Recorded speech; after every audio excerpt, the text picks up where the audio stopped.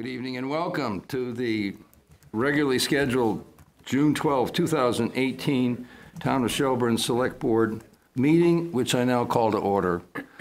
Is there any motion on considering approving the agenda? I would like to add to the agenda, if that's possible. Sure. I'd like to add consideration of setting up a committee to talk about consolidation of the various traffic and safety reports that were part of our discussion for the last two meetings.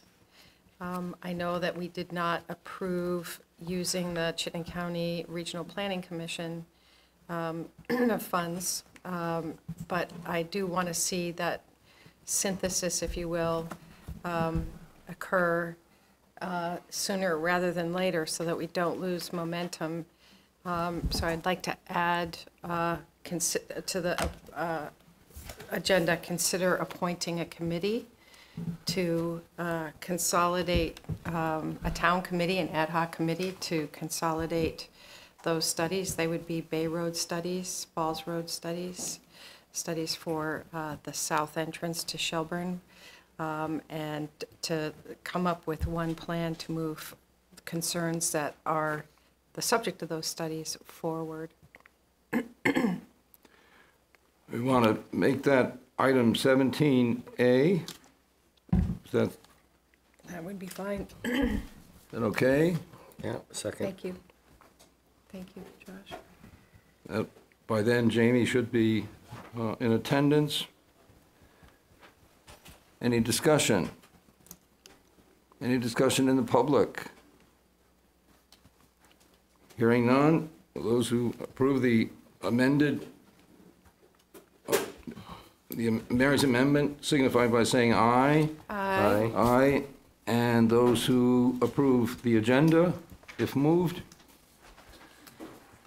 I also move to approve the agenda as amended. Thank you, and Second. seconded by Josh. Any discussion? Any discussion in the public? Hearing none, those who approve the agenda as amended, please signify by saying aye. Aye. Aye, and those opposed, nay. There are two members not voting for reason of not being present, Colleen and Jamie. The next item is to consider approving the Select Board meeting minutes of May 22nd, 2018. Move to approve the minutes of May 22nd, 2018. Josh moves to approve. Second? Mary seconds. Any discussion? Any discussion among the public? Hearing none, will those who approve the minutes of May 22nd, please signify by saying aye. Aye. Aye. And those not approving, again, two members who are not present are not voting. The next item is public comments. Hearing and seeing none, we'll move on to the following item, which is Select Board comments. Gosh, I thought, I don't have anything. Mary? Nothing. I'm going to introduce, I'm sure as everybody knows, Ann Janda, who is acting as interim town manager in Lee Crone's absence, and whose help has been invaluable in the short period of time that she has stepped in. We expect Lee Crone to be back for the June 26th board meeting. So yeah, excuse me? I had a couple things to mention in the manager's report, if that's okay. If we're all set with Okay. Select Board comments, why don't you go right ahead? Thank you. So I am not involved with the whole slate of town manager projects, so I can't go down the list. But there's two projects that I have been heavily involved in that I'd love to give an update on. As you may recall, I came to the Select Board some time ago to talk to you about the community outreach program. And we did pull together funding for that among 6 towns. There's 4 outreach workers now that started at the end of April. And I've been to several steering committee meetings as well as operational meetings. And what we're hearing from all the police chiefs is that it's going very, very well, better than expected. They've been able to address quite a few problems in all of the communities so far. So everybody's kind of exuberant and excited about it at the moment. We haven't run into any major snags yet. So I just wanted to let you know that that's in progress and apparently going well. Thanks, Ann. It's good to know. The other thing that I've been involved in is the stormwater utility project. The Stormwater Advisory Committee did hold a meeting on May 31st with 15 of the largest property owners in town. And we did have great attendance, really good questions, nothing very surprising. All of the large property owners were very interested to know their number of what it might cost for them if we were to set up a stormwater utility. We just don't have those numbers yet. We are working on getting the data for the large parcels and all the parcels, and hope to have that in a month to 6 weeks.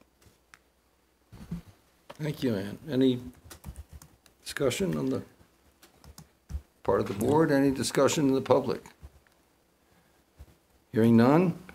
The next item is to consider appointing Renee Gagnon to the Cemetery Commission. Renee is present. Here.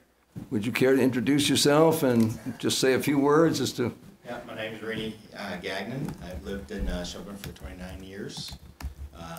I had settled here after the military and have a construction company. I've been around in the community for many, many years, worked with planning and zoning, and was a Boy Scout leader after I had retired out of the military for about 11 years and did projects around, community projects around town. My brother recruited me for the cemetery board, and so I figured I'd be giving selflessly back to the community. Yeah, and 2 kids graduated from CVU, and one's down in Southern New Hampshire University for education, and she's been student teaching here at the community school. And my son's living with us, moved back in. He's working for me. Yeah. That's got to be very satisfying. Oh, it is. Yeah, they're good kids, good community to raise them in. You know, it's maybe our most precious Resources. piece of ground. Yeah, yeah. And we will never want it in anything but the very best of hands and care. And we're so fortunate. Yes. So we're delighted at your interest. You still have 2 arms, so I'm not sure your brother took one. I took one of his. Well, thank you. Anybody have any questions of Renee? Well, I think in what we talked about before about having it come from the cemetery commission itself, and probably and Ron sort of vouches for this guy, you know. So I think that's a pretty good reference. So. Thank you, Mary. Nothing to add. Very nice to meet you. Thank you Nice for to your meet you. willingness to serve. Thank you. Anyone in the public have a question of Mr. Gagnon? That being the case, is there a motion? Yeah, I move to appoint Renee Gagnon to the Cemetery Commission. For a term to Oh, I expire don't, yeah, let me see. April The term is it down here? 2020. 2000, what? 20. 20, for a term, yeah, ending April 1st, 2020. Second. And Mary seconds. Any further discussion? Hearing none, will those who approve signify by saying aye, please? Aye. Aye, and those disapproving nay, and there are once again 2 members not voting for reason of not being present. Congratulations. Well, thank you. Thank you very Thank you. much It's a for your privilege. willingness to serve. We're just delighted to have you aboard. Yeah. Well, thank you. I really appreciate it. The next item is to consider appointing Hannah Frazier, am I pronouncing that correctly, Hannah? Yeah. As a student member of the Shelburne Natural Resources and Conservation Committee. Gail Albert, the committee chair, is present as well, and there may be, looking across quickly, one other member. If not, we're delighted at your application. Yeah. And I must say, reading your letter, it's very impressive. Thank you. It's very, very impressive. And for some of us, government service is a high calling. Mm-hmm. So we couldn't any more but encourage you in your long-term vision. And delighted to have you, your interest, and one or both of my colleagues may have questions for you. Of course. I think you chose well in choosing your committee, having served on that committee. I think it does a wonderful job for the town, and I'd be very excited to be on it. Yeah, welcome. Thank you for your willingness to serve. There are a bunch of great people on the committee, one to your left, Gail Albert, and a lot of other dedicated people, and welcome aboard, I assume. You know, one of the things that's distinctive about our committee and groups very much like it or similar in mission or outlook in this general area is that there's a large number of really high-quality public servants, Yeah. volunteers, the Marty Illicks of the world. And in a way, you're very fortunate to have them as Gail, as mentors. It's not a usual case in most areas of most states, and certainly not in all areas of Vermont.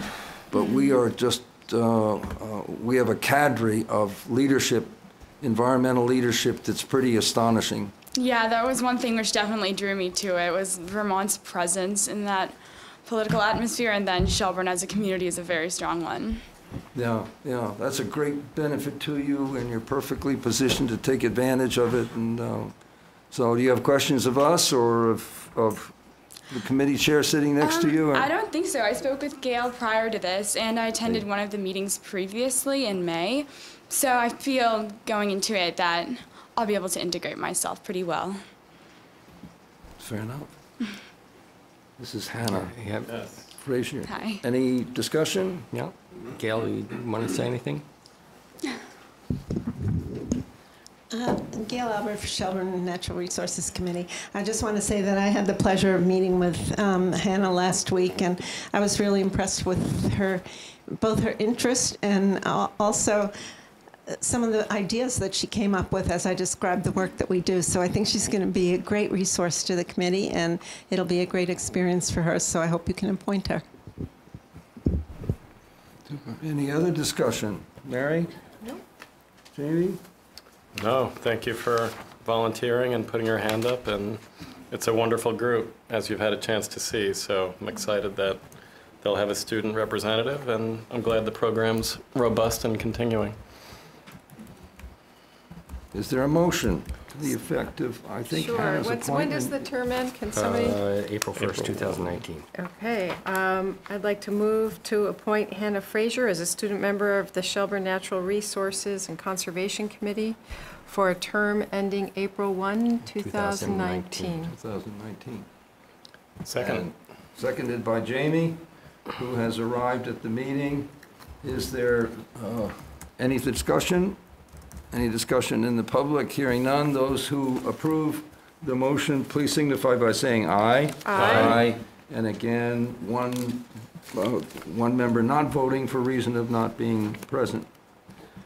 Thank you so very much. Congratulations. Welcome. The next item is to consider approving a second-class liquor license for the Jiffy Mart. As in doing such, we can constitute ourselves a board of liquor control by motion. Do we have to adjourn our meeting to do it? Do we have to adjourn this and then no, or we just reconstitute? I think, yeah. Yeah, Okay. That's a very good question. We can, as part of the motion constituting ourselves a liquor control commission, we could just simply include language suspending the general meeting or something to that effect. We haven't done it? Okay. We've done that before. Just, thank you, I'm sorry to complicate things. No problem. Is there a motion to the effect of? You have to ask for conflicts. If there are any conflicts. No. Don't even know where the It Jiffy looked Mart like is. no, right? We checked with Aaron. Yeah, actually, I thought what I would do is ask for the conflicts once we have a motion Okay. Sorry. in place. Yeah. But that's quite That's all fine. right. I have no conflict. No. Ready for a motion? Yeah, ready for a motion. Okay. Move to approve a second-class liquor license for 5637 Shelburne Road, Jiffy Mart, for the sale of malt or vinous beverages to the public for consumption only off premises. Thank you. We're going to pen that a minute so we get a motion to constitute ourselves as a liquor control commission first. So moved. And Second. seconded, thank you. Is there any further discussion? Hearing none. Will those who favor the motion please signify by saying aye? Aye. Aye. And those opposed, nay. Once again, one member not voting for reason of not being present. Now, Would you like it again? yes, please. Okay. Move to approve a second-class liquor license for 5637 Shelburne Road, Jiffy Mart, for the sale of malt or vinous beverages to the public for consumption only off premises. And a second? Second. Second. And do you want to repeat the conclusions reached by Chief Right. Noble and staff? Right, so whenever there's a liquor license application, we check with the police chief to see if there's any issues, and Chief Noble said there were no issues. Any discussion? Any discussion in the public? This is occasioned by the potential sale of the Jiffy Mart to a new owner, in which case that new owner has to apply and receive a liquor license. There's no other changes are anticipated, we're told. We ready to vote? Will those who favor the motion signify by saying aye? Aye. Aye. And those opposed, nay. And once again, Colleen not voting for reason of not being present. And will someone move to resume the general session? So moved? Second? Moved and seconded. Is there any discussion? Hearing none. Will those approving signify by saying aye? Aye. Thank you. And once again, Colleen not voting for reason of not being present. Betsy and Peggy and Jeff. Colleen is on route. She had 1 minute, you know. Okay. Performance. Hi there.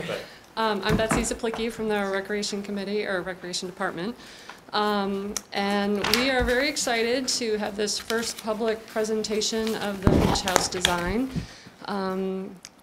This has kind of been a project in the works, started 2 years ago, and we were pretty stalled out last year in getting funding to find someone to do the design, and we were very lucky to have Jeff McBride of Bird's Eye Design, a Shelburne resident, offer to help us out, volunteered his services, so we are so thankful to him. He's been an absolute pleasure to work with, and many of you probably know him because he's also very involved in the community in other ways on several boards and committees, and he's around at the beach with his family. We've already gotten some really good stories of his kids there. So, yeah. So it's been a really fun process. The committee working with him to figure out the needs and desires for this. There's certainly wants, and then there's what are the basic needs and what can we do. Function being foremost. But I'm going to let Jeff actually present the design, and he does a really good job of kind of explaining how he came up with it. There was a lot of back and forth between the committee and him, and he was very responsive and helpful and we're really excited to get this out and show the public. So we're starting with you guys, and next week we have Back to the Beach, our annual picnic to celebrate the opening of the beach season. It's on Tuesday the 19th from 6 to 8 p.m. and we invite everyone to come attend. It's a potluck. We will have burgers and hot dogs and chips, and we ask people to bring a side dish to share or dessert. So there'll be bounce house for the kids, and we will be doing special tours of the old beach house. If anyone would like to see some of its issues and problems, we would be happy to show you around if you haven't had the pleasure of discovering them yourself.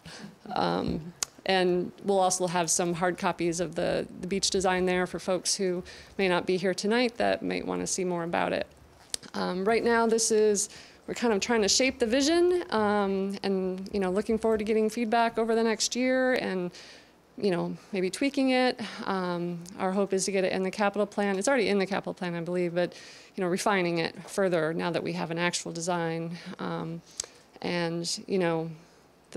The goal, the hope would be in the near future that this would make it in the actual budget. We were hoping for sooner, but given recent budget items that have passed in bonds, being sensitive to taxpayers, we're not planning to put it in this next year. But we're anxious to see how the public reacts and hope to get some support. So I will turn it over to Jeff from here. Please.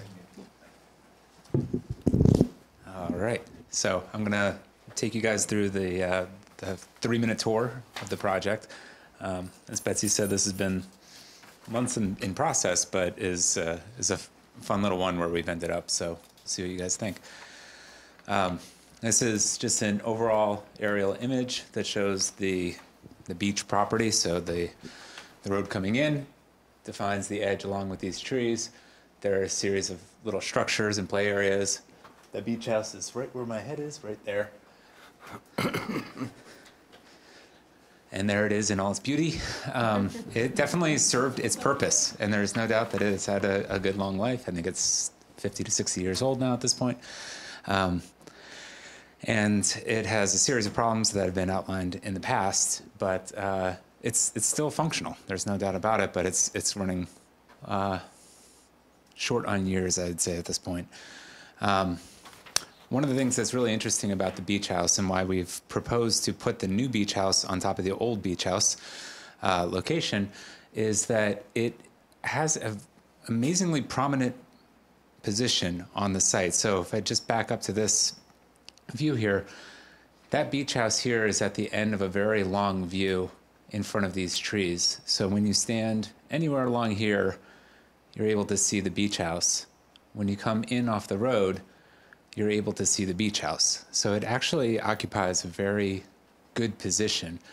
Current setback requirements, being on the DRB, I'm aware of where setbacks are. So the setbacks really aren't favorable. There's language that would suggest that this is exempt from those setbacks. However, the current setback, this projector is really great, is right about here. So this beach house currently would be inside that setback area because we would be using there's a pointer, not my forehead, or there you go. Oh, fantastic. So that location of the setback being back here means that the current beach house is inside that setback. If we build on the existing footprint, we are exempt from that requirement. So we're keeping that location. And as you can see from these views, not only is it beneficial to keep the current location from a zoning point of view, but it's also beneficial from a placement point of view.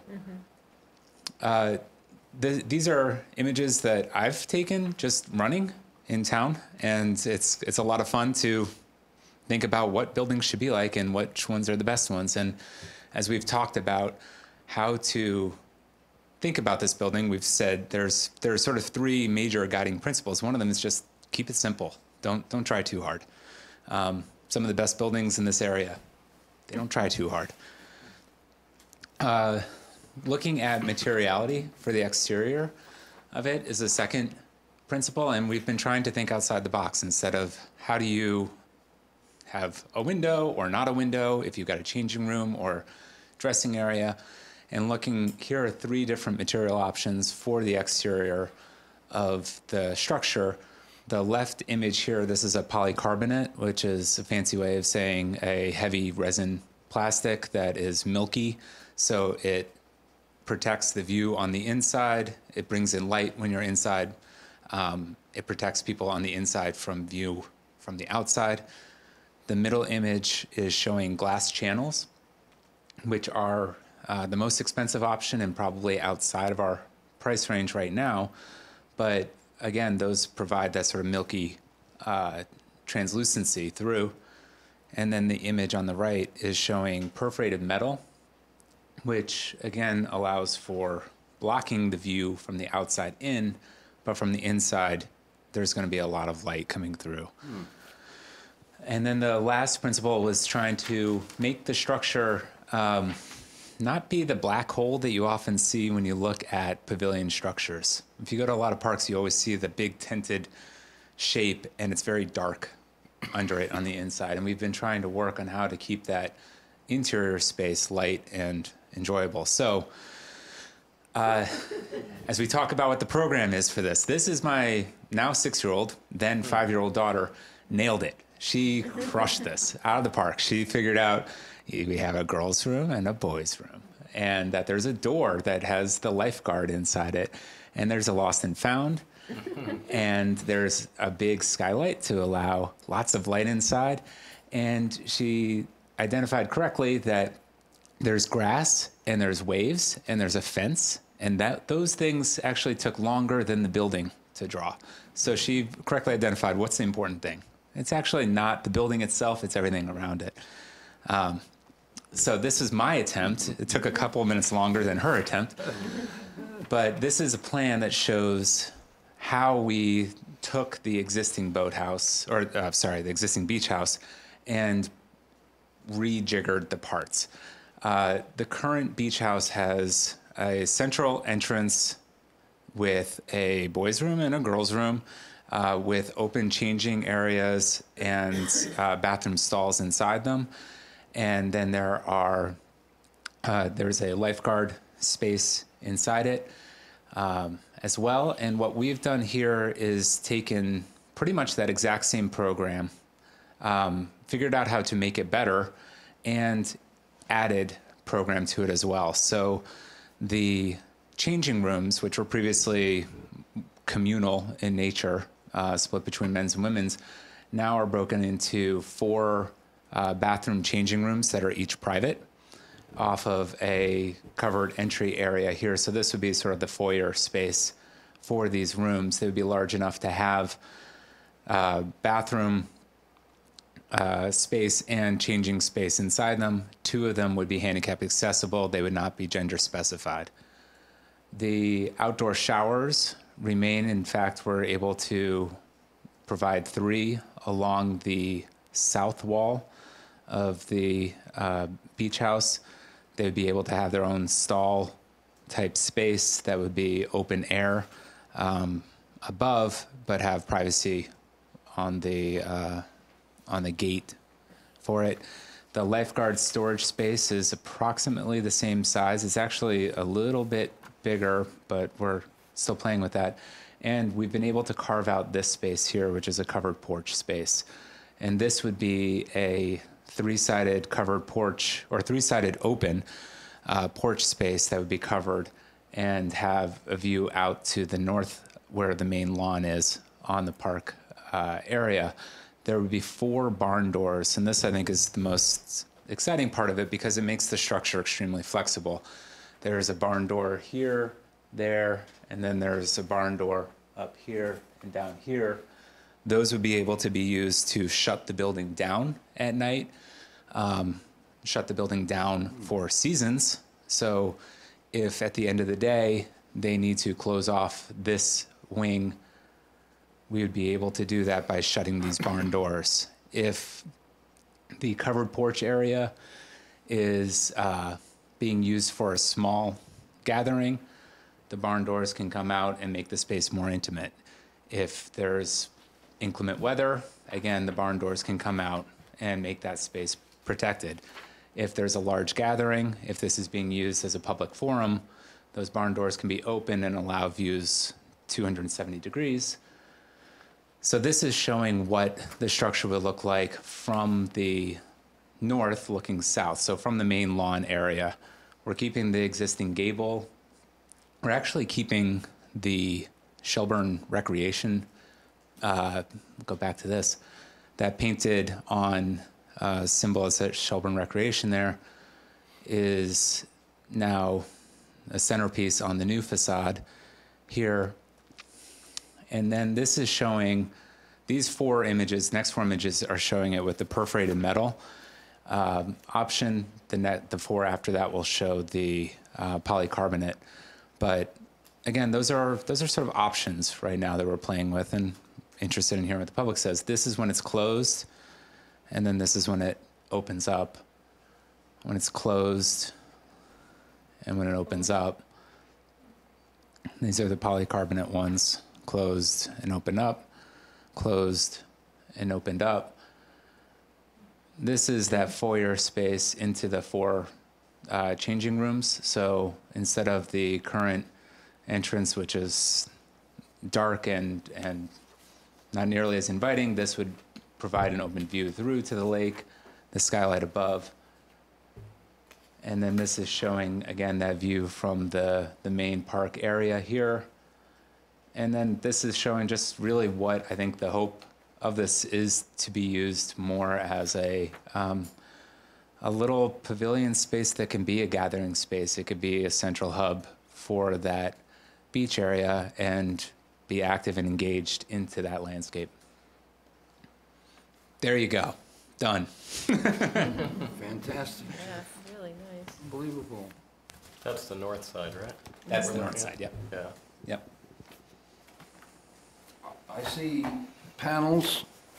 Yep. Is there expectation of solar energy, a solar energy installation? And We haven't talked about it. I think it's definitely a possibility if it's of interest. The panels that you saw on this side here, those are the skylights along this side here. We haven't talked about it. Typically, southern facade is the ideal facade for solar energy, and the gable right now is running on a ridge north-south, so we have an east side and a west side. So there would be some harvesting. It's not going to be ideal or optimized angle. And this is the exact footprint. It's on the exact footprint. It's 768 square feet. We double-checked that twice.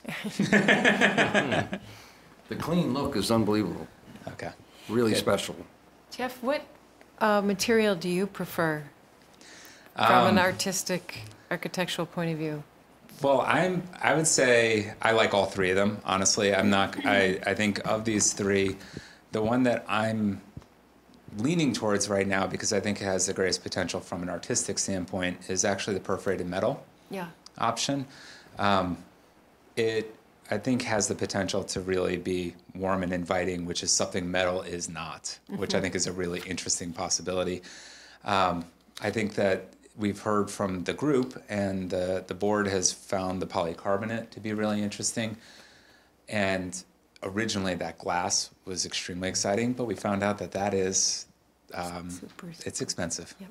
And so this actually, we should have known, or I should have known better. This is an embassy building, and I should have known right off the bat that if it's an embassy, it's probably not going to be affordable for a beach house, but it was, It's a nice we look, explored though. it. Yeah. Do you have a sense of how much this would cost to build? Yeah, we did ask the company to provide an estimate as well, and they had anywhere from $300,000 to $350,000 for it. When the project was originally prescribed to start this design process, there were a couple estimates that were put together, and one of the estimates was to rebuild in place exactly as is, no changes, just make it right, and that was $270,000. So to have exactly what we had before and then to have something that allows for Good comparable to know. Yeah. Yeah. Yeah. So then that's basically anywhere from $30,000 to $80,000 ad to change, to get the Materials. privacy, to get the added pavilion park space on the north side, to have the flexibility to it. One last question, or I guess it's sort of Yeah. a recommendation. Can you scroll to the public, I guess it was the last photo that we. Yep. Would it make sense in your mind as an architect to perhaps have a built-in bench that runs the width of the building underneath the Shelburne Recreation sign? I think that could be a lot of fun. I think we've had a couple of iterations on something like that. And yeah, I think, Just more public sitting space? yeah, I think that the more opportunity there is for that, the better. I know Peggy's done a great job of making sure that the concrete benches that are out there right now, they don't move. So I'm sure that Peggy could find a way to ensure something stays put. Thank you. It's really beautiful. Thanks for Great. donating your time. Yeah. Because it is a donation of your Yes. time. Yes. Thank No, you so there's not an much. invoice coming, don't Yeah, worry. thanks, Jeff. It's There's really been some beautiful. notice recently of architectural achievements in wood or with Yeah, sorry. wooden materials. Are there any elements to this that might attract the interest of those designers or those even at University of Vermont who might be working in new uses of wood or wooden materials? Yeah, I think that there's definitely that interest. I think that I'll put it this way, the Wood Design and Building Awards that you're referring to, Bird's Eye's actually won one of those in the past. So we're very familiar with that, what that is and what that means. The Shelburne Recreation sign that we put on the north side of the house right here, that really could be a very interesting element. That does not have to be a painted on symbol. That could be etched into the wood. Yeah. It could be Burnt. back painted, it could be burnt. There are a whole series of ways that we could do this that Computer could really carved. be a meaningful act of permanence. Yeah, I think to capture that sign is a great idea. That's just super, yeah. Yeah, I think it's Yeah. a fun way to carry on that legacy beyond Yeah. just the placement of the building. Jeff, there don't seem to be any windows. Yeah. I'm sure that's intentional. Yes. But I'm wondering in the bathrooms, will it be very dark? Or do you have a No, so that a is program why for the natural siding, light just through the translucency with the material? that's why the siding is the way that we've been looking at it. Where instead of thinking about it as here's your window, here's your wall, here's your window, here's your wall, to sheathe the building in a material that allows for that light to come through. Gotcha. And Called the wind wall. Yeah, and to be able to think about it as a way of having that light brought into the space and to have privacy as well, Right. which is a very difficult challenge, but I think that's something that we set up for ourselves at the beginning of how do you do that in a way that could really be quite nice. Probably smart as far as just long-term, not having to replace windows, Yeah. right? I mean, Yeah. as far as And that is something with useful light for the materials More versus, secure, yeah. these materials that we've looked at, the glass withstanding, the polycarbonate and the perforated metal, those are cheap materials. Yep. And that was a very intentional act, and to think about the materials in a long-term purpose. We wanted durable, lasting materials that are cheap. Yeah. I love the porch space too. I think that's a very cool idea. Cool. I think more of this is a question for you, Betsy. That in the first paragraph, you talked about previous fundraising efforts for this. Now that you have a plan, is there any sense that that would continue, or do you think this is going to be a wholly funded operation, the town-funded operation? We're open to discussion. Our efforts, and we tried at least 3 or 4 different things. and- Betsy, would you mind Oh, sorry. taking the mic?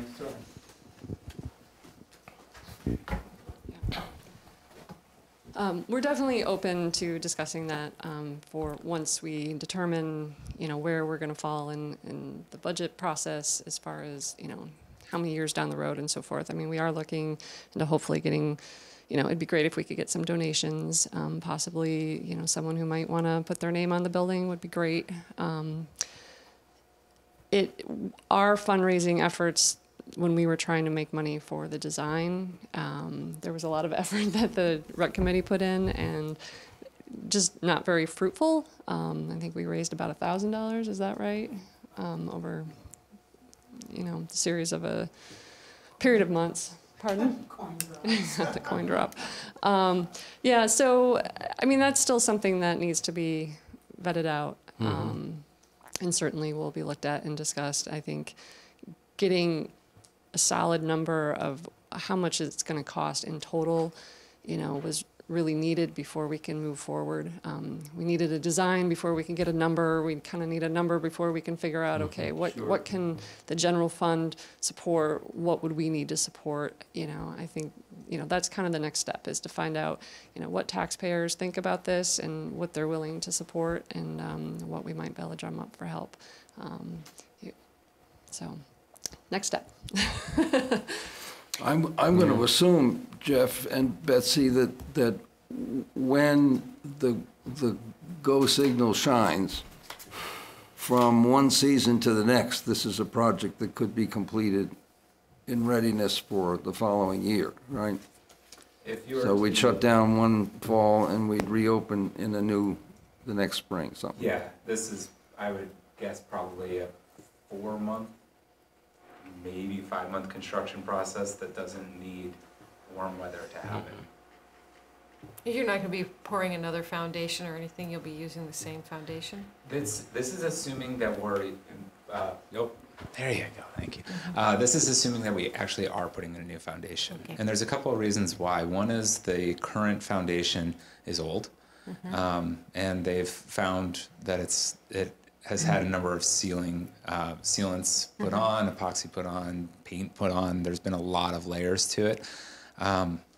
So to get it back to a state that would actually be usable is a lot of work. That's for the slab itself. The foundation wall, during the process where they did the initial forensics on the building, they aren't completely sure that the current building has a frost wall. So the wall that would actually stabilize the building, actually, the way that it's built, it sort of benefits it. It's allowed to move, and they found those cracks through the concrete block. So it's certainly worthwhile to consider that.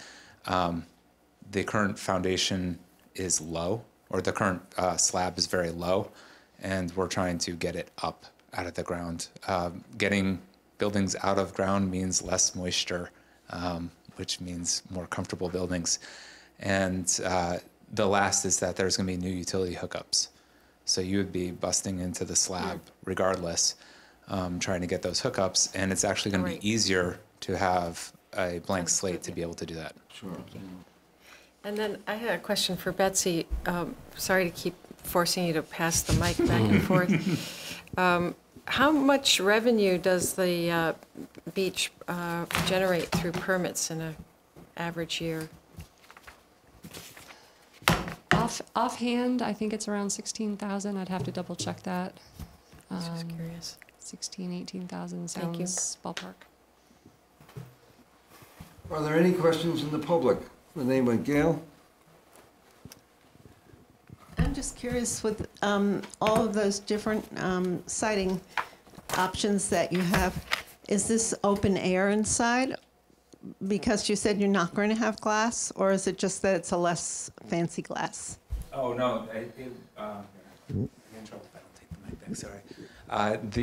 Depending on the material, it would either have open air by way of having a gap at the base and a gap at the top of the wall, which is what you would need to do if it's the polycarbonate or the glass. If you're doing the perforated metal, that breathes through directly and wouldn't require windows inside. So this is really meant to be a screening material and not build a whole wall behind it. Any other questions? Discussion? And is the idea to just get the preliminary concept out there to the community to try to gauge reactions, or are you still iterating on other designs at this point? The rec committee is very happy with this design, Okay. and we would, we're at the point we want to present it because we think we're near a final.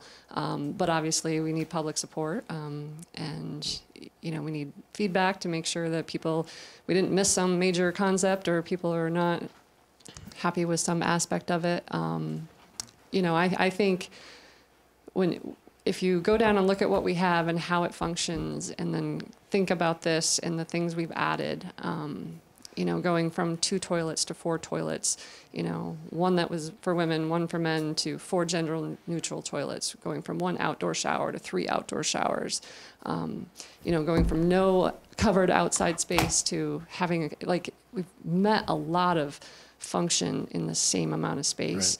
Right. So, I think what I'm curious about is, how people will respond to the materials, and obviously price tags always an issue. But yeah, we want support, we want feedback. It certainly can be tweaked if needed, but we're kind of to the point where we want to say, hey, look at this. This is what we think is great, and we'd like to move forward with this in the future. But we were hoping to put it in the budget sooner than later, but like I said, we're trying to be careful with the climate right now. Sure. So I think to Mary's question, I would, as you start to think about the messaging materials, I'd probably anchor on a recommendation for the materials instead of having 3 options that people are going to naturally disagree about and give you different input on, and then you'll end up a third, right? So I think having a strong recommendation, and we also looked at X, Y, and Z on the side, is probably how I would think about positioning it. good advice. Thank you. But great work, Jeff. Thank you for the hours and hours of time you've invested in this, and it's really awesome. Yeah, it is. It's going to be a great project. We probably should have known, since it's by your hand, but what strikes me is how colloquial it is, how the design is so economical, not only in materials, but use of space.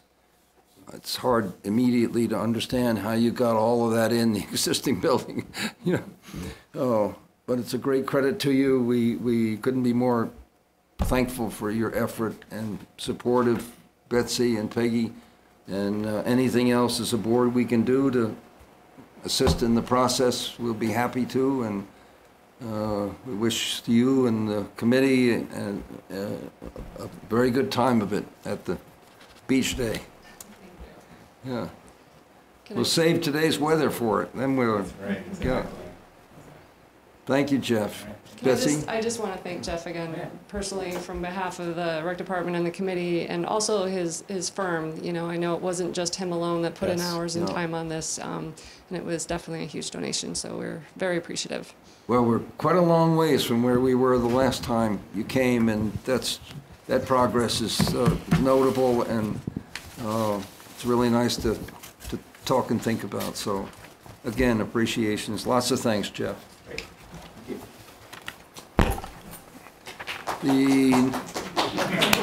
Thank you.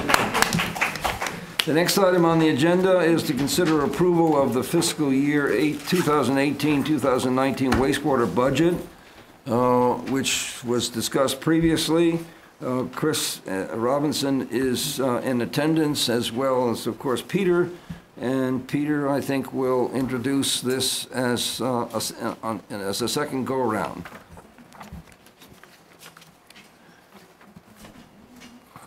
And we did, as Jerry mentioned, go through the budget last meeting. We haven't made any changes to the bottom line in terms of what the rate impact will be. Basically went back and rechecked some of the utility costs, salary and benefits based on what we're assuming the bargaining unit contract will end up with. But not too many changes in terms of what the total bottom line was, but just adjusting. I have it here. Try this one.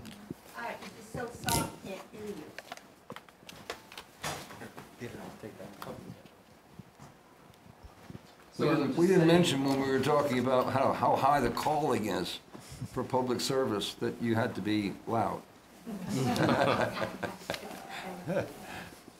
So again, just what I was just saying was we didn't change the bottom line really much in this version, but looking at utility costs and salary and benefits with the new, hopefully new bargaining unit contract. Again, just looking at the profile quickly of what the department looks like. As you can see, we have a lot more residential accounts than we do commercial, about 10 times more. Annual volumes, 134 million. That's metered. The sewer charges obviously are based on the water use. Whatever the water meter reads for gallons, we charge that for the sewer use as well as the water charges. And that's been pretty steady, but it is somewhat weather dependent, given that if you're measuring on a water meter, and you're in a dry summer, then obviously the water use is going to go up, and that does affect the revenue, or down, and that does affect what we collect for sewer revenues as well. The total budget that we're proposing is a little 1.9 million. That's about a 0.8% increase from the current budget that we're in right now. Some of the projects that Chris has been looking at for consulting and upgrades have been completed, so there's overall the budget's pretty level from what it was this year. The proposed rate is the same as the current rate, $13.15 per 1,000 gallons. Again, that's no change from what the current rate is. For a customer using about 20,000 gallons a year, that's a $263 annual bill.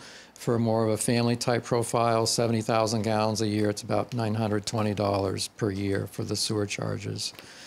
As far as capital projects, in the past we've had a number of them in the operating budget, but this year with the bond construction that's been going on that Chris can talk more about, we really backed off on adding any more capital projects to the operating budget. There's really just one project at the Bay Colony sewer pump station, and controls upgrade, and Chris and his staff have been working on kind of rotating around to all the pump stations, upgrading them into new pumps, more energy efficient. And just again, with the normal operation of those operating 24/7, you need to get them on a replacement cycle. So it's continuing that with this station that will be upgrading the controls. They're estimating that'll be between $30,000 and $40,000. And again, the construction that's taking place this summer is through the bond that was passed, $3 million bond a couple of years ago. That's currently underway, and we'll talk about more of that in the next agenda item. But the repayment for that will not start in this budget year. It will be at least a year from now before the loan payments on that will start. So again, that's just a summary kind of where we're at. The proposed budget is online. If you have any other questions about specific line items, Chris and I can certainly try to answer those. I have a question, Peter. And I can't believe I've never thought of this before. It's really kind of a stupid question, but does what you charge people for their wastewater and sewer cover all the expenses, or does other town revenue have to go to cover it? In other words, are you self-sufficient with what you charge the users? Yeah, the sewer budget is a standalone budget, so it has its own set of revenues and expenses. There's no subsidy from the general fund. It basically stands on its own. However, there are other revenues in there you'll see other than just the user fees. One example is the treatment plant accepts septic haulers where they're pumping out septic tanks. Yep. They need a place to treat, to have it dumped and treated. The department's been pretty aggressive in contacting haulers in the area, and there's a good revenue source that comes in from that. It actually got me thinking, the news last night got me thinking, maybe you want to call, is it Magic Hat or some of the brewers, Switchback, some of the brewers in Burlington, because it's giving Burlington a lot of heartburn to process all their waste. Yeah, I'm sure Chris has some comments about that as far as breweries. But yeah, and right now we're budgeting, and actually there's going to be a slight increase in the per gallon cost, but we're budgeting $65,000 in revenue from outside septage haulers, primarily the ones that are pumping out residential septic tanks in the area around the area. So that's a good revenue source. So again, the department does look for areas where they can save money and in terms of maximizing the usage, again, without compromising the treatment process at the plant. And when the plants are scheduled for their, I think it's 2023 or 2025 upgrade, will that all come from what users will pay, or will the town have to pay? All from users. Okay, thank you, Chris. Again, that probably about almost 20 years ago, there was a significant bond issue to do the upgrades at the two Right. plants. Probably something similar to that would happen again. But again, it has to be accounted for as a separate entity. So there are some transfers from the general fund. For instance, town staff are the ones that do the billing, collect the revenues. So it's fair for the sewer department to be paying a portion of those salaries and benefits. Conversely, the town is a transfer from the town into the sewer fund, because part of Chris's role as stormwater superintendent, he's spending time on that. It's not fair for the sewer users to pay 100% of his salary, so there's a cost sharing there that goes from the town into the. So there is back and forth, but again, it's justified in terms of what it's for. It's not just, okay, we're short of money, let's get the town budget to support that instead. Yeah, that's what they do in Burlington. Chris, do we have money in here for the continuing monitoring at Hillside Terrace, that neighborhood? Yes, we do. Okay, good. We're anticipating this later this summer, probably August, early September timeframe, of doing some smoke testing in that area. Great. At least that's what the plans are. Smoke testing will, basically you inject smoke into the entire sewer system, and if everything is working right, the only smoke you should see come out is through homeowners' vents. If it comes up through the ground around their foundation, that means they have foundation drains tied in. We found driveway drains. We found all kinds of things that are tied into our system. So Okay, good. we're hoping. I just want to make sure we have. Yeah, we do, and it's not a Okay. catch-all, but it at least identifies some areas where we can make some improvements. Good. So what would happen if you find things that are connected to the sewer system?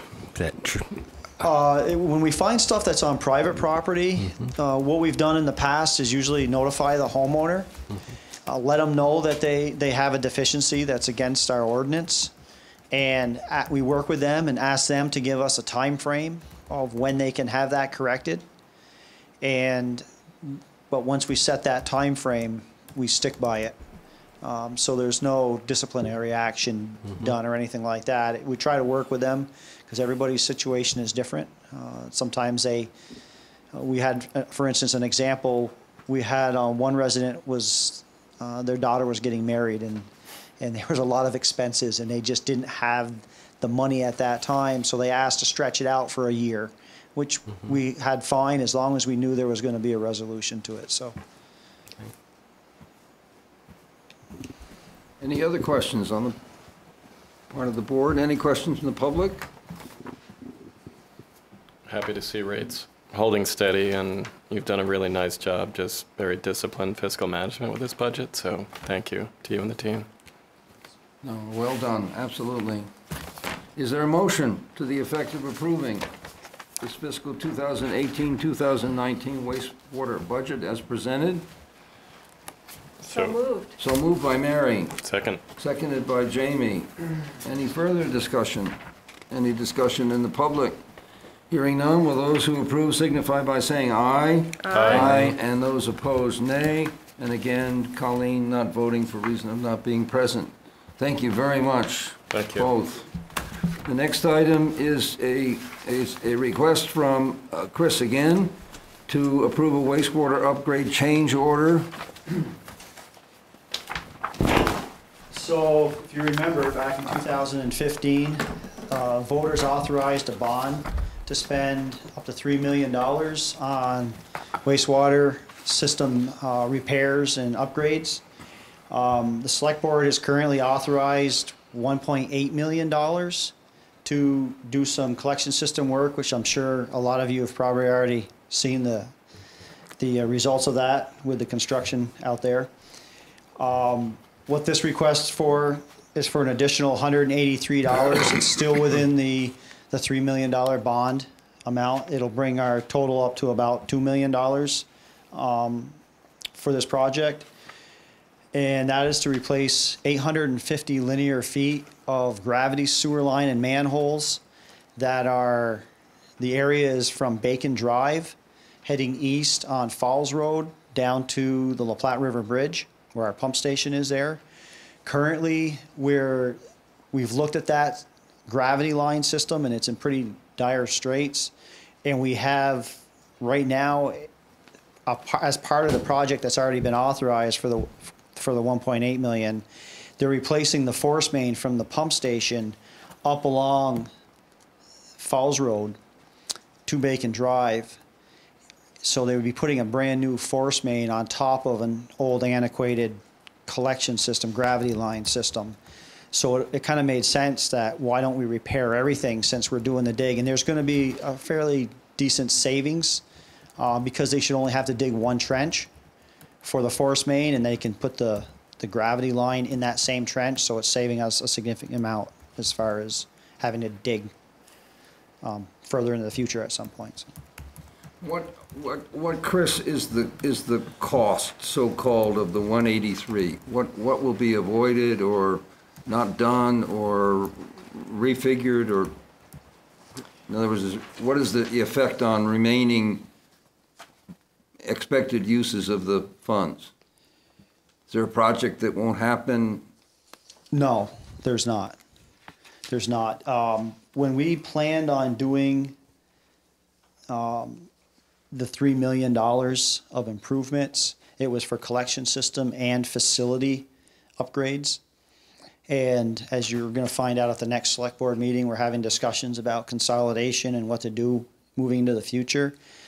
I've kind of changed focus a little bit since that bond upgrade to, rather than replace some of the things, to just kind of limp it along and try to focus more towards the collection system, because we have a lot of collection. Our collection system will always have.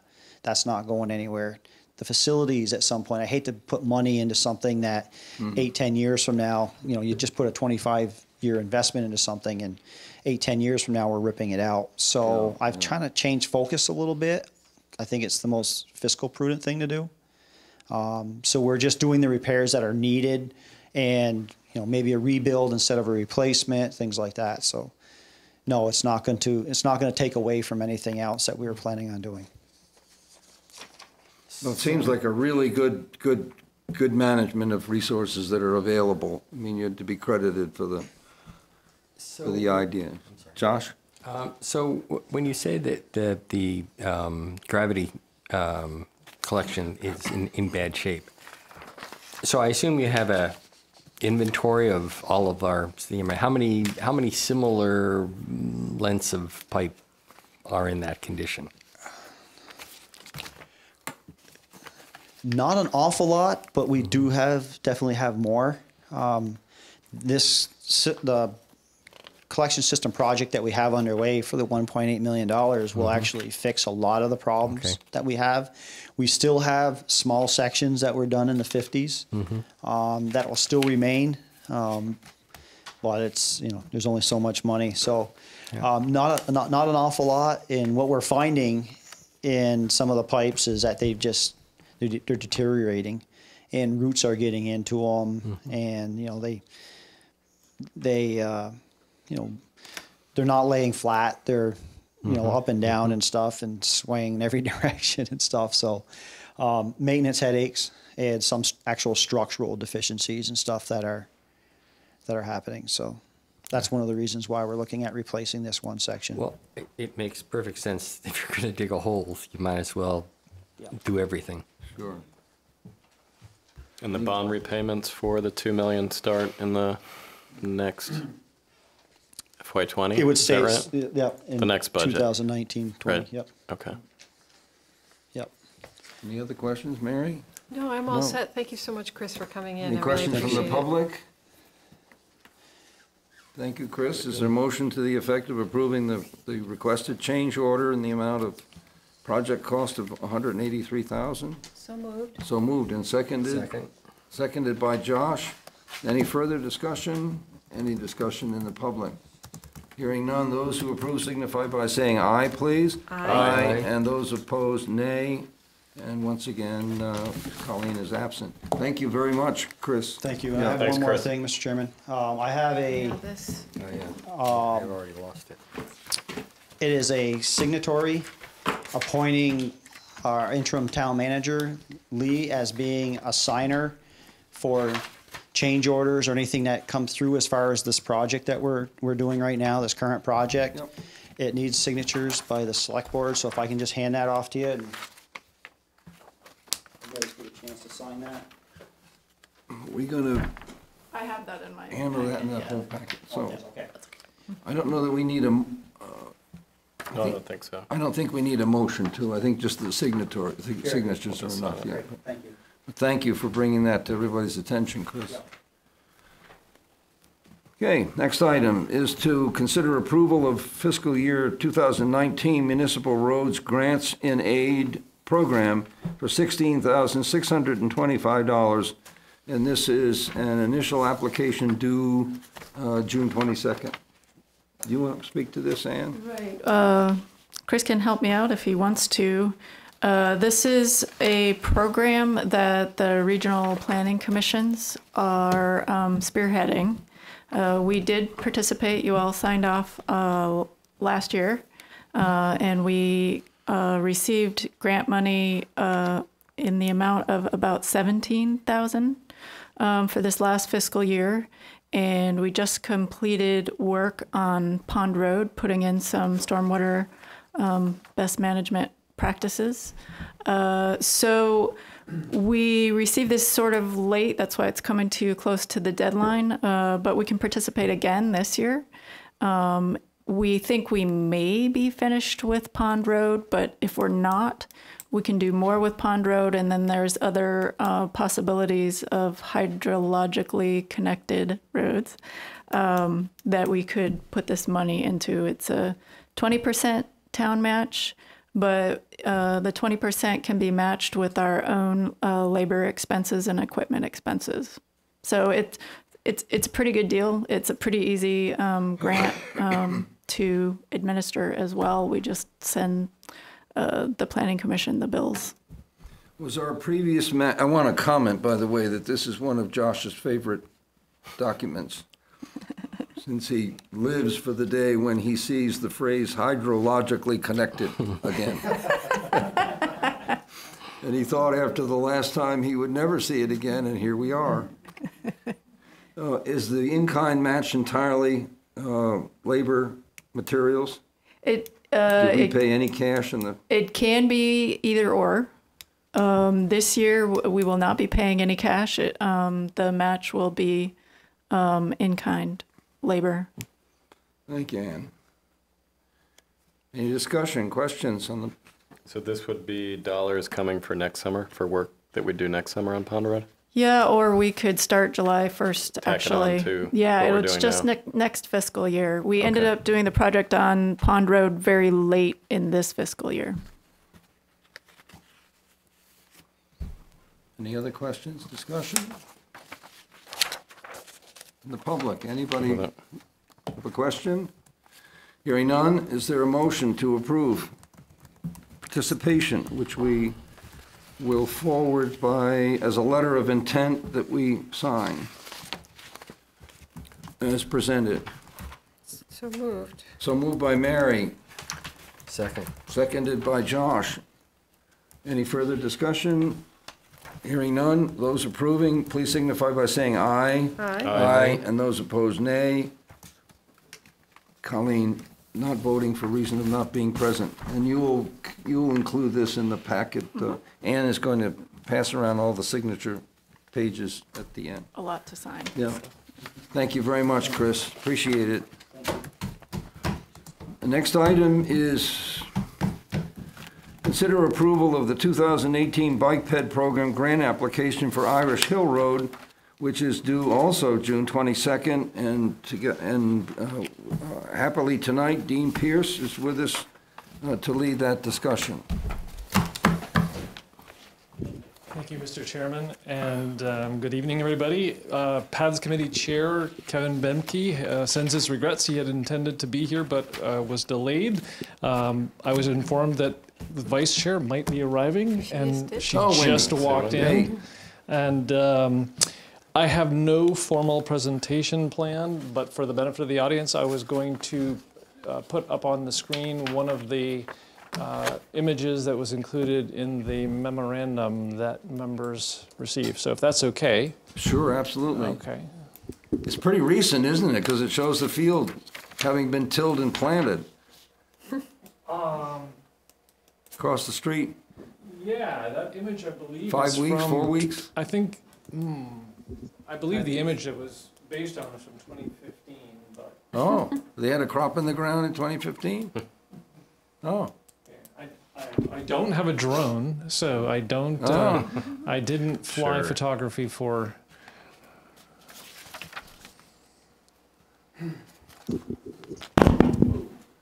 Sorry about that, Ken. Ken is at the back of the room going, I promise never to do that again. So again, thank you. I will address the specifics of the proposal. The Select Board members had in their packets a memo that notes that the Agency of Transportation is now soliciting applications for the 2018 Bike and Pedestrian Program. This is a program that can provide 80% of the costs of construction and engineering for bicycle and pedestrian projects. The town has applied to this program numerous times in the past, has been successful for projects like the Webster Road Path. We have come close, we believe, with projects like the Irish Hill Road. That was the subject of the grant application on 2 prior occasions. At the last meeting of the Paths Committee, which was held, I think, on the 21st of May, the committee adopted a motion. That motion effectively asks that the Select Board and the town once again submit an application for funding under this program, and that the subject of that application, if one is filed, would be what we call the Irish Hill Road Project. And the Irish Hill Road Project is what I am showing on the graphic that is being projected on the wall. There are different elements. This is Irish Hill Road running left to right, Thompson Road running to the top, which is to the north. A study was done back in 2011, and that study is of a type that the Agency of Transportation calls for before they will consider funding a project. They look at a bunch of different alternatives for solving a problem, basically, and then the end of the study is the preferred alternative. And the preferred alternative for this particular project, and the idea behind the project, is to connect where we have sidewalks, and at the time of the study, they weren't quite as far or as close to the bridge as they are today, but to connect the sidewalks that are at the edge of Shelburne Falls with the neighborhoods that have been developing off of Thompson Road, as well as some of the existing homes, the homes that are already there. And the way that it would do that would be to extend the sidewalk. Well, in fact, that work was done last fall. It would involve constructing or installing a prefabricated bridge to the north of the existing highway bridge, and then having a sidewalk along Irish Hill Road within the edge of the right-of-way to a point where there was a path, the base for a path created when the project was done that resulted in Aspen Circle and in Sycamore, which we know as Rivercrest. That study, again, done in 2011, and there was a cost estimate included. I don't remember what the cost estimate was at the time that the study was done, but every time we have submitted a grant application, we have updated those numbers using a procedure that has included inflating the costs, using an annual inflation rate. We've tried to use the Agency of Transportation's updated unit costs where they've been appropriate.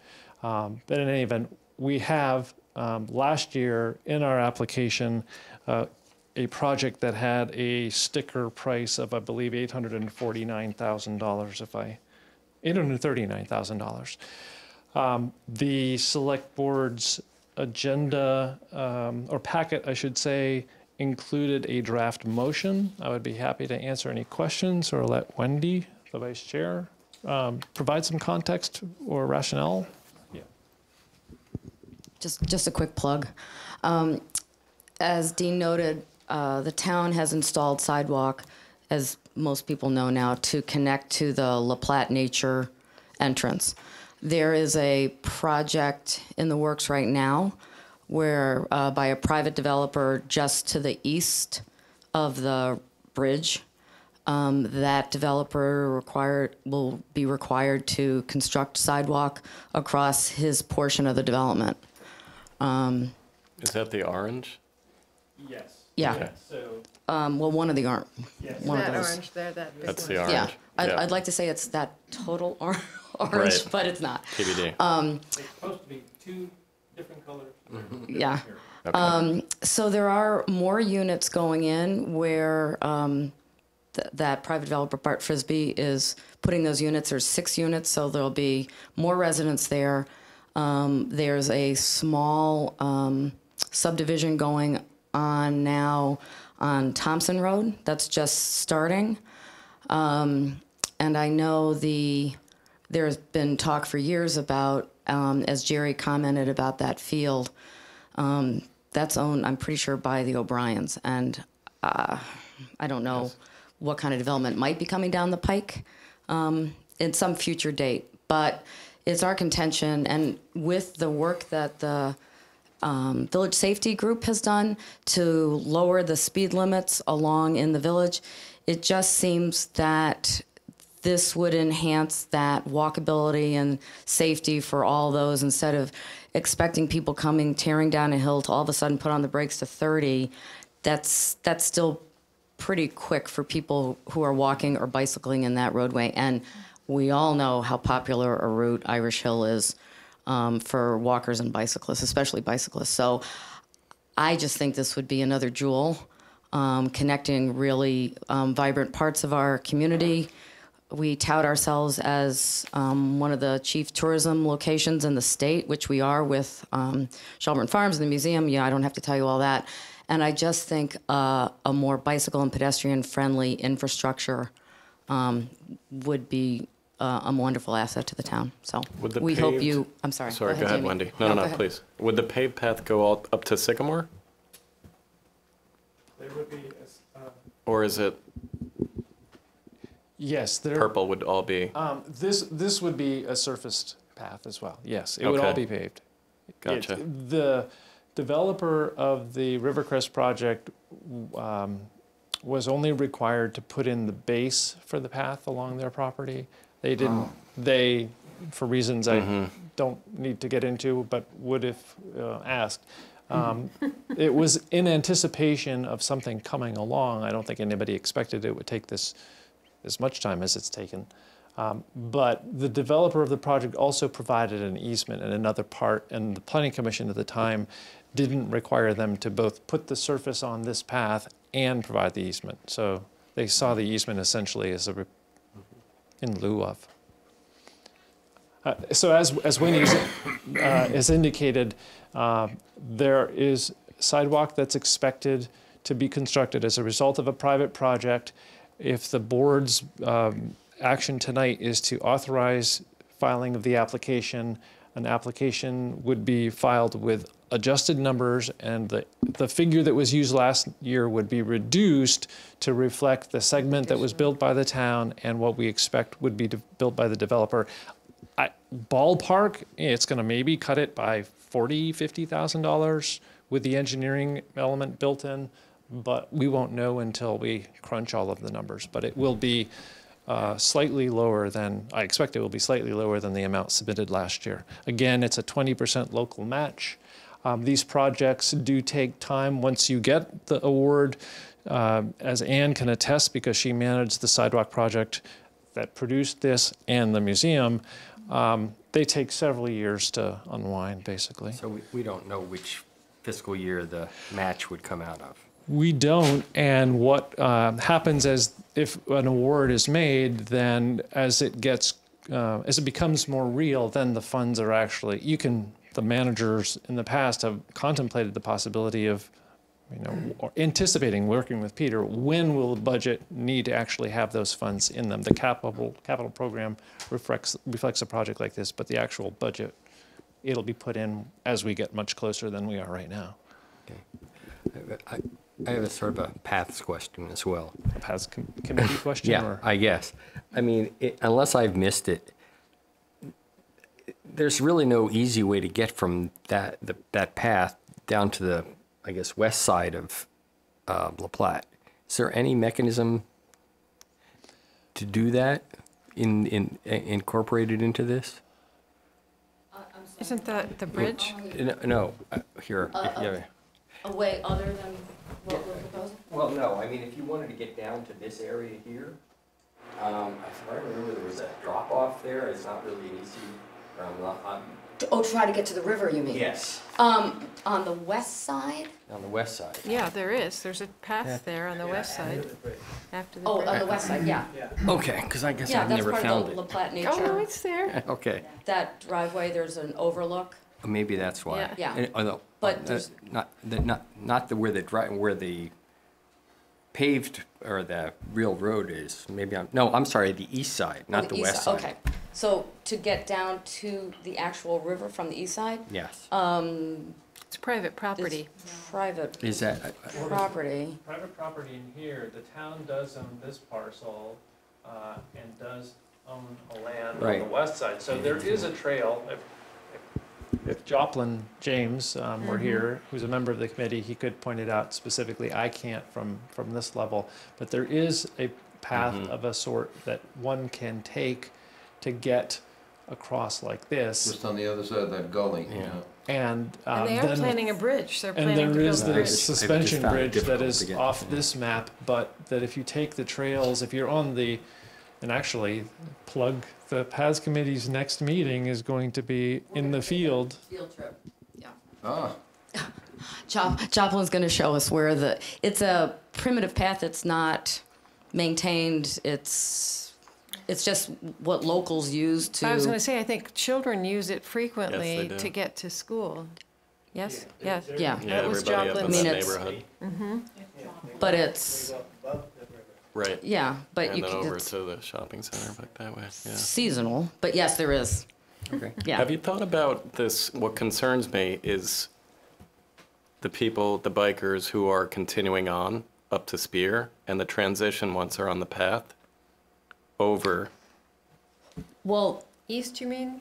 Yes, yeah. How are we thinking about once you're on that path and you're crossing Thompson and you Where want do to you keep go? going up Oh, to if- Spear? well, if you're an As a adult crosswalk? bicyclist, you're probably on the other side of the road. Probably, but maybe kids are on. Well, the The kids on the path, right? sidewalk, but the sidewalk, for the most part, the population is on the side of the road where the path Yeah. will be. I think it's a good point. Just mention, there was seems one like a call I choke received point. about this, and it was from someone who lives up Irish Hill. She didn't say exactly where, but she expressed her interest and support for the project, even though I had to explain that it doesn't go east of Thompson Right, Road. it doesn't The town transition. does, however, as a result of the generosity of Oda Hubbard, have a bike ped easement alongside the edge of the road, so there's more room to work with. It just it's not an area that has had any kind of investigation done about how or where or what kind of no, design. that's good to know though for future. Does that Planning. town, a piece extend all the way up the hill or most of the way? Oda Hubbard provided an easement. Maybe Gail's not here anymore. I'm trying to recall if it was 20 feet, but in addition to the width of the right of way, it gives plenty of room, I believe. And one more question, Dean. That bright green or Yes. that's going to be a pedestrian bridge that's going to be built as part of this money. Yes, the preferred alternative includes a prefabricated bridge. There is a cost figure. It didn't specify a make or model or anything like that, but it is a topic that the Paths Committee has spent a fair amount of time in the last, I'll say, 9 months talking about, because Joe Colangelo, the former town manager, and the party that's developing this property were wondering about, cart before the horse and that sort of thing.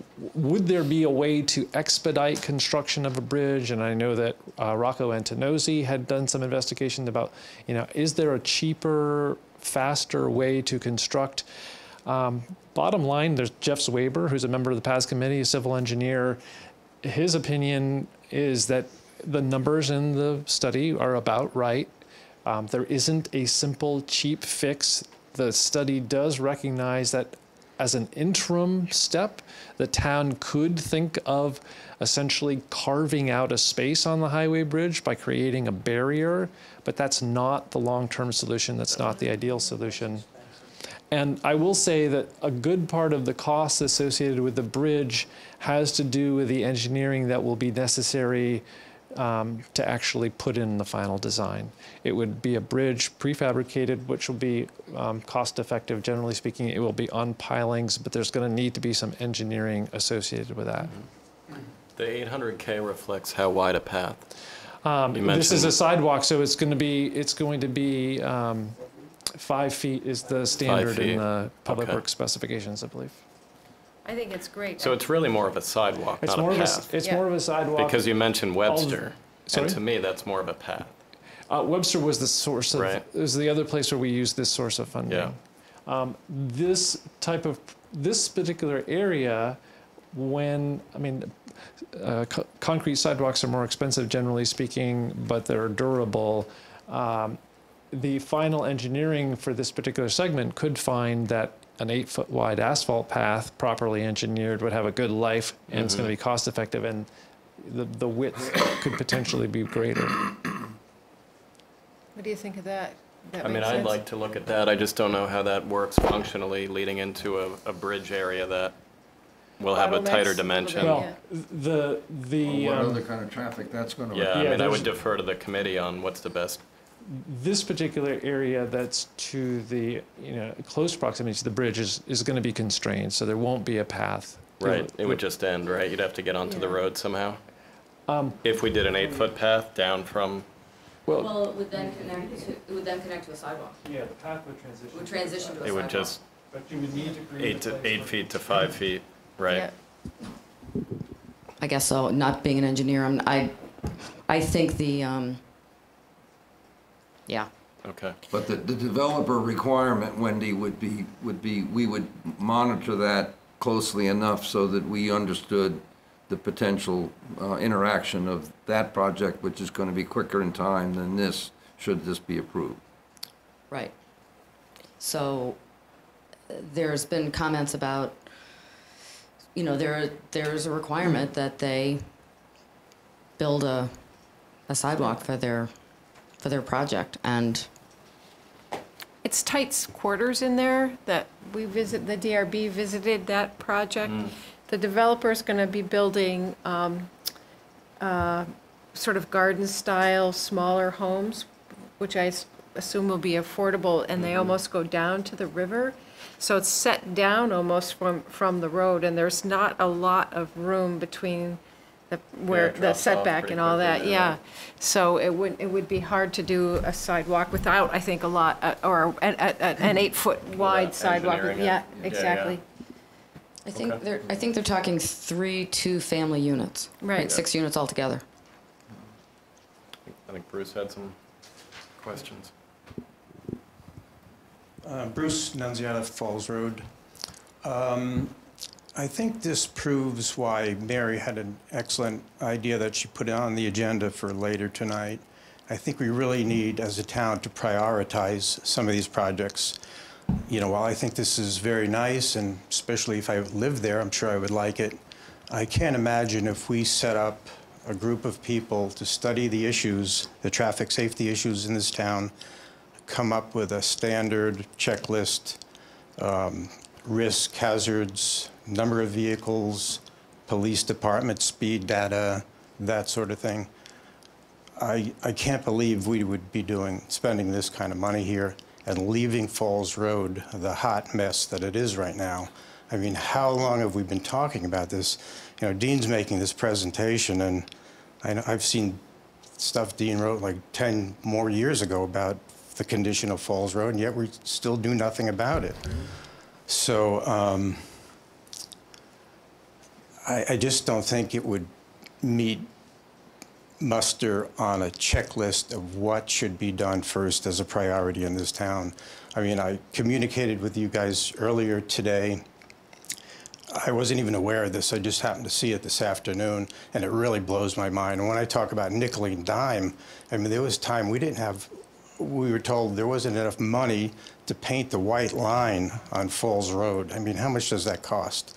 Nickel and dime constantly. And here we have almost $1 million for a private path for, these people in this neighborhood. I don't think it serves the overall need of the town, and I don't think it's that high a priority. And for the same reasons that I agree with you on one point, I'm sure you're not thrilled to hear the rest of what I'm saying. Pedestrian, bicycle, safety, all that stuff is very important to me. So while I should love this, you've got to put them in a priority order. Doing this and leaving, Falls Road as it is, especially in the village, by the farmer's market and everything, no curb, is just insane. So, that's all I have to say about this. I'd much rather see things come through this office, this building, you guys, whoever the town manager is, that I don't have to be constantly looking to come up here and make a fuss, that I think somebody's logically looking at all these issues, making good determinations, in a triage. There may be a safety issue here and there. If you've got the data to support, this is what we need to spend our money on, I think everybody would buy into that. I think a triage of this, as far as other needs, I don't see this ranking very high as a priority. Thanks, Bruce. Appreciate your comment. Yeah, agreed. Thank you, Bruce. Wouldn't you agree that's a pretty unsafe condition, crossing the bridge as a pedestrian there? Yes, I do. But I don't think if you look at the traffic, the number of people, you got to consider the whole mix. I don't consider it as dangerous as what's going on. As a community, as you guys with responsibility for overall safety and looking at the numbers of people, I don't think this is the top priority. It's not great, but there are other places in town where we have issues also. Mm-hmm. Thanks again, Bruce. All right. Any other comment from Susan? Susan McClellan, Falls Road. I agree wholeheartedly with Bruce. I think there are other areas in the village core that need your top priority before this. The other problem I have with this is the kind of impact that it's going to make on some of the homes, some of the older homes up on Irish Hill. It looks to me like this sidewalk would probably go right through Mr. Bean's front porch. There's some houses there that are very, very close to the road. What do you do about that? Like you did on Webster Road? We had that conversation with Bay Road, too. Pardon? We had the same conversation with Bay Road. And you remember with the sidewalk at Shelburne with the antique dealer on the corner? I mean, that's not an unusual circumstance, Yeah. No, his corner is pretty close to. It is, very and it's on a hill, close. too, which is even more of a problem. Yeah, and I agree, it is a dangerous spot, but I invite any of you to come walking your dog with me, on Falls Road down across from the cemetery, any time of day. It's bad. I think it's equally dangerous. I mean, I think you may be right as far as just if you looked and you did a study, and I don't want to use that word, of the number of people. Maybe that's true that there are more people walking up and down there, but there are a lot of kids that live up in this neighborhood who are walking to school. So that's why I do feel like it's a priority, and it's important. That bridge is so dangerous. Really scary. It is. I mean, that's why I believe. Excuse me, Bruce? No, I agree. I wish it weren't an either or. We're all struggling with this. Like, how do we prioritize these projects? And we could spend a lot of time trying to do it. We have an opportunity here to have an 80% match on a project that is a win for the town. Yeah, I don't know if that same opportunity exists for the corridor on Right. Falls Road. Does it? Yeah. Why doesn't it? Well, that's, It I is. guess that's the question is that Right. this had to come from someplace, and I assume it came from the Paths Committee as this proposal. As for 3 years now, yeah. Yeah. This corridor on Irish Hill has been studied Wendy, for... you'll have to give your name, I'm sorry. Oh, sorry, Wendy Seville, Paths Committee. This corridor of Irish Hill has been looked at, I think, going back at least to 2011, Dean. It has been mentioned as a priority, Bruce, and I do agree that cars go fast on Falls Road. I walk my dog on Falls Road every single day. But there is a sidewalk there's a clear view. It's a straight shot, and that's part of the problem. And I think that there have been things done to Falls Road that you've been a part of that I think have made an attempt to slow the traffic down. I think the real issue is probably no curbing, which we all know, but you're talking many millions of dollars. This is $165,000 that we're talking as a match number of years down the road. So I think there are a lot of parts in the town that could use attention. This has been well studied. It has been looked at as a priority for years. So I agree with Mr. Nunziata that Falls Road could use some big improvements, and a lot of people use it.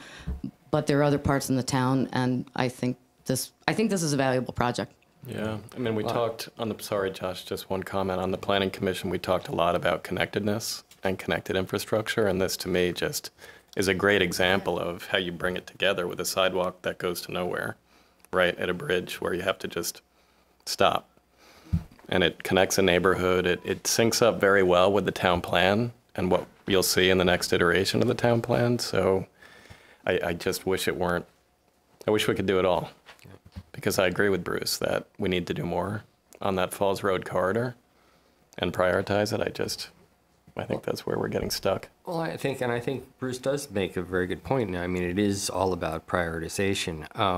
But as Dean said, I mean, this may be a number of years down the line. Right. And I'm not sure it is an either or type of thing, because as you've said, Bruce, I mean, the funds that have been suggested for sort of the Falls Road, type of projects seem to be less than this, and so I'm not sure it's not worth moving ahead with this, since this is something that has a deadline, but the implementation may be a few years down the road. So there may be the likelihood that is, if we do form a committee and sort of look at these things and prioritize and sort of make some decisions about how to address the Falls Road issue, there's a reasonable possibility that we could accomplish the Falls Road part in addition to doing this in that intervening time. So That's a good point. I mean, it's hard to tell right now what the sequencing would look like. Right.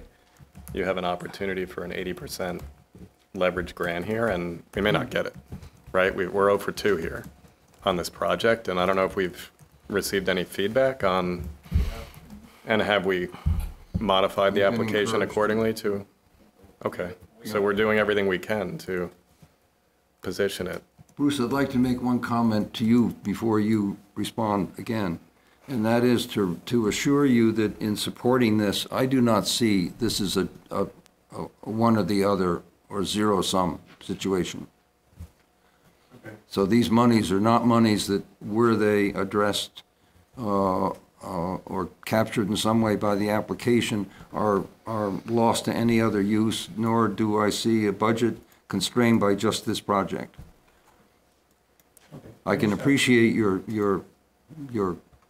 your perception that there's a limited amount of attention in your view, and this is getting more perhaps than it's due at the moment, but I think we can be reassuring to you that this is not a dollar contest. I also think, just an observation, when you step back and think about how much we're all talking about these projects generally, it's pretty encouraging, right? That we're all talking about how do we find more dollars to actually make these projects a reality. And we're having conversations as a community about how to prioritize it. But the fact alone that we're actually all synced up on this goal is a great thing for the town. Investment. We've come to the point where we recognize these as investments in the town. Bruce, go ahead. Okay, just kind of 3 quick points here. First of all, we're kind of struggling over, is this more important than Falls Road or something like that, which really wasn't my objective in this particular case, but it seems like we don't have a standard. We don't have a way to measure that. We're doing this sort of just, off the top of our heads. But there is data. You get this data from police. They put the speed tubes out there. You know how many cars travel. You know the speeds. You know the number of pedestrians. There's different ways to capture that. I can't imagine that there's anywhere near the number of pedestrians there as on Falls Road, where you're right in the heart of the community. If the same people are continuing to the village, they're going to have to go through Falls Road anyway. So just another general concept, if we're looking at doing this, instead of helter-skelter all over the town, maybe start in the historic village core and start working. If you want to connect your way out from there, and then you're going to have, legitimate paths and ways to travel. Great for them. What about, people in another neighborhood? They're still going to have to come down Falls Road. The other thing is, I think we often get caught up in this, well, it's only 20%, it's only this or that. It's what this town is going to do. Either this, the reality is it is either this or Falls Road or some other thing. We're only paying 20%. It's only, in this case, $168,000 in terms of the kind of dollars we've been talking about for Falls Road project is huge. I mean, we're talking, we're lucky if we get a few $1,000s.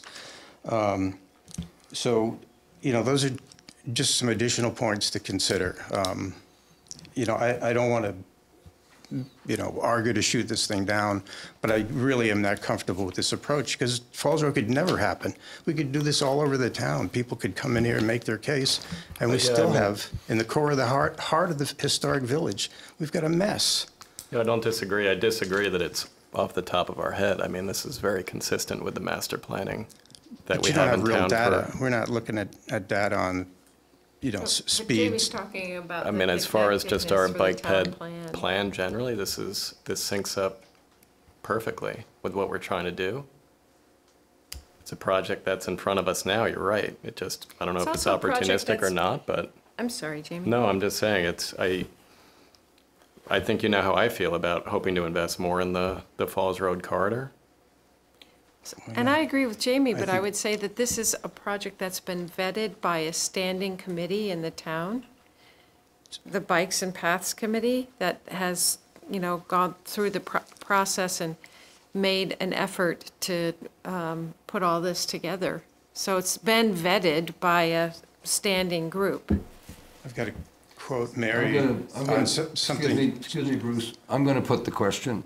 Okay. Because we have an item that, as you know, Jamie doesn't yet know, that has been placed on the agenda relating to establishment of a committee to synthesize studies. Some of this discussion applies to that.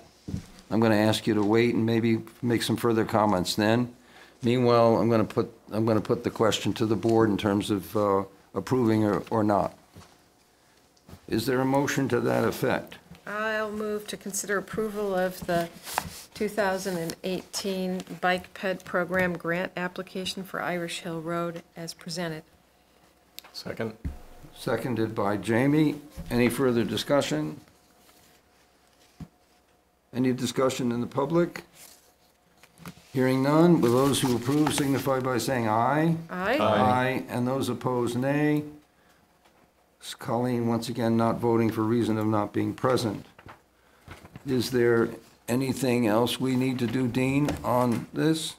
I took from the maker's motion that it's as endorsed or was listed in the manager's report. It's authorizing the manager to sign the application. Okay. Correct, as To presented. submit the application as presented. As presented, correct. Well, Right. the application is not in the materials. The last year's application is. Last year's application will be adapted with a cost updated. Right. No, That's- in advance of yeah. the. I just want to make sure that Lee, when he gets back, will be able to sign. Well, That's all. and we'll have done it And by do then. we have any because- sense of timing for when will we know? When are the decisions made? It's months. It'll be in the fall sometime. Okay. I was going to Hope add to that hear positively then. Hope we get it.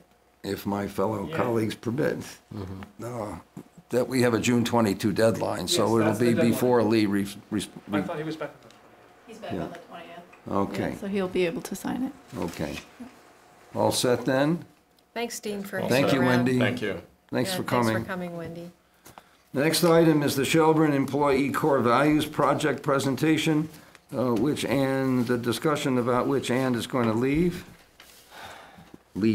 Okay. Yeah, it's getting close to 9 o'clock, so yeah, this is Don't tell me not we the aren't in best a hurry to time. finish up tonight, right? Not the best time for me to give a public to do any public speaking, but just to let you know, this project was instigated by me and nothing else. This is a similar type of project that I did in Milton, where we pulled together a group of employees that had an interest in core values, and in Milton we talked about it as more having to do with ethics, but when this group got together, they really wanted it to be about values. They really wanted it to be clear that it was aspirational in nature and purely complementary to the personnel policy. It really has to do with culture building. Joe authorized me to convene this group. When we got together, I really made it clear to them that I didn't want them to feel like management was leading this, that they were in charge of, pulling out the core values. It was a great group. It was Bruce, I can never pronounce his last name, Berlin, from the police department, Carol Casey from the library, Susan Canizero in planning and zoning, Chris Carlson from the water department, Betsy from recreation, and Jeff Pillsbury from wastewater. So we had a nice cross-section group that came together, and they felt that they didn't want anything to be too long, too wordy. So we pulled together this idea of TOWN being our acronym, which stands for transparency, ownership, working together, and needs. And underneath each of those headings, there's several words, and we prioritize the words as well. So under transparency, we felt that honesty, communication, and integrity was the most important values. Under ownership was identified that responsibility, excellence, and pride in work was the next most important. Working together, the important words were teamwork, productive, and common goal.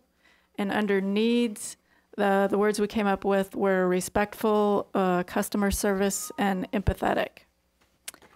And so we developed some language around those terms to share with employees. We sent this out to all employees to get their feedback, to make sure everybody agreed these were our core values as a group. We got lots of yay, great, not too many edits. And then the group said, once we hand this out to employees, they'll look at it once and they'll probably, file it and never look at it again. So they felt really strongly they wanted to have some artwork that could be put up around town buildings. And we tried to do it ourselves with some of those cool programs where you can play with words, and we just couldn't make it look beautiful. So Ashley Campbell who's an excellent designer, actually, one of the owners of Rustic Roots, donated her time to put together the artwork you have in your packet. And those of you who are here and on television, you can see what it would look like full size, the artwork.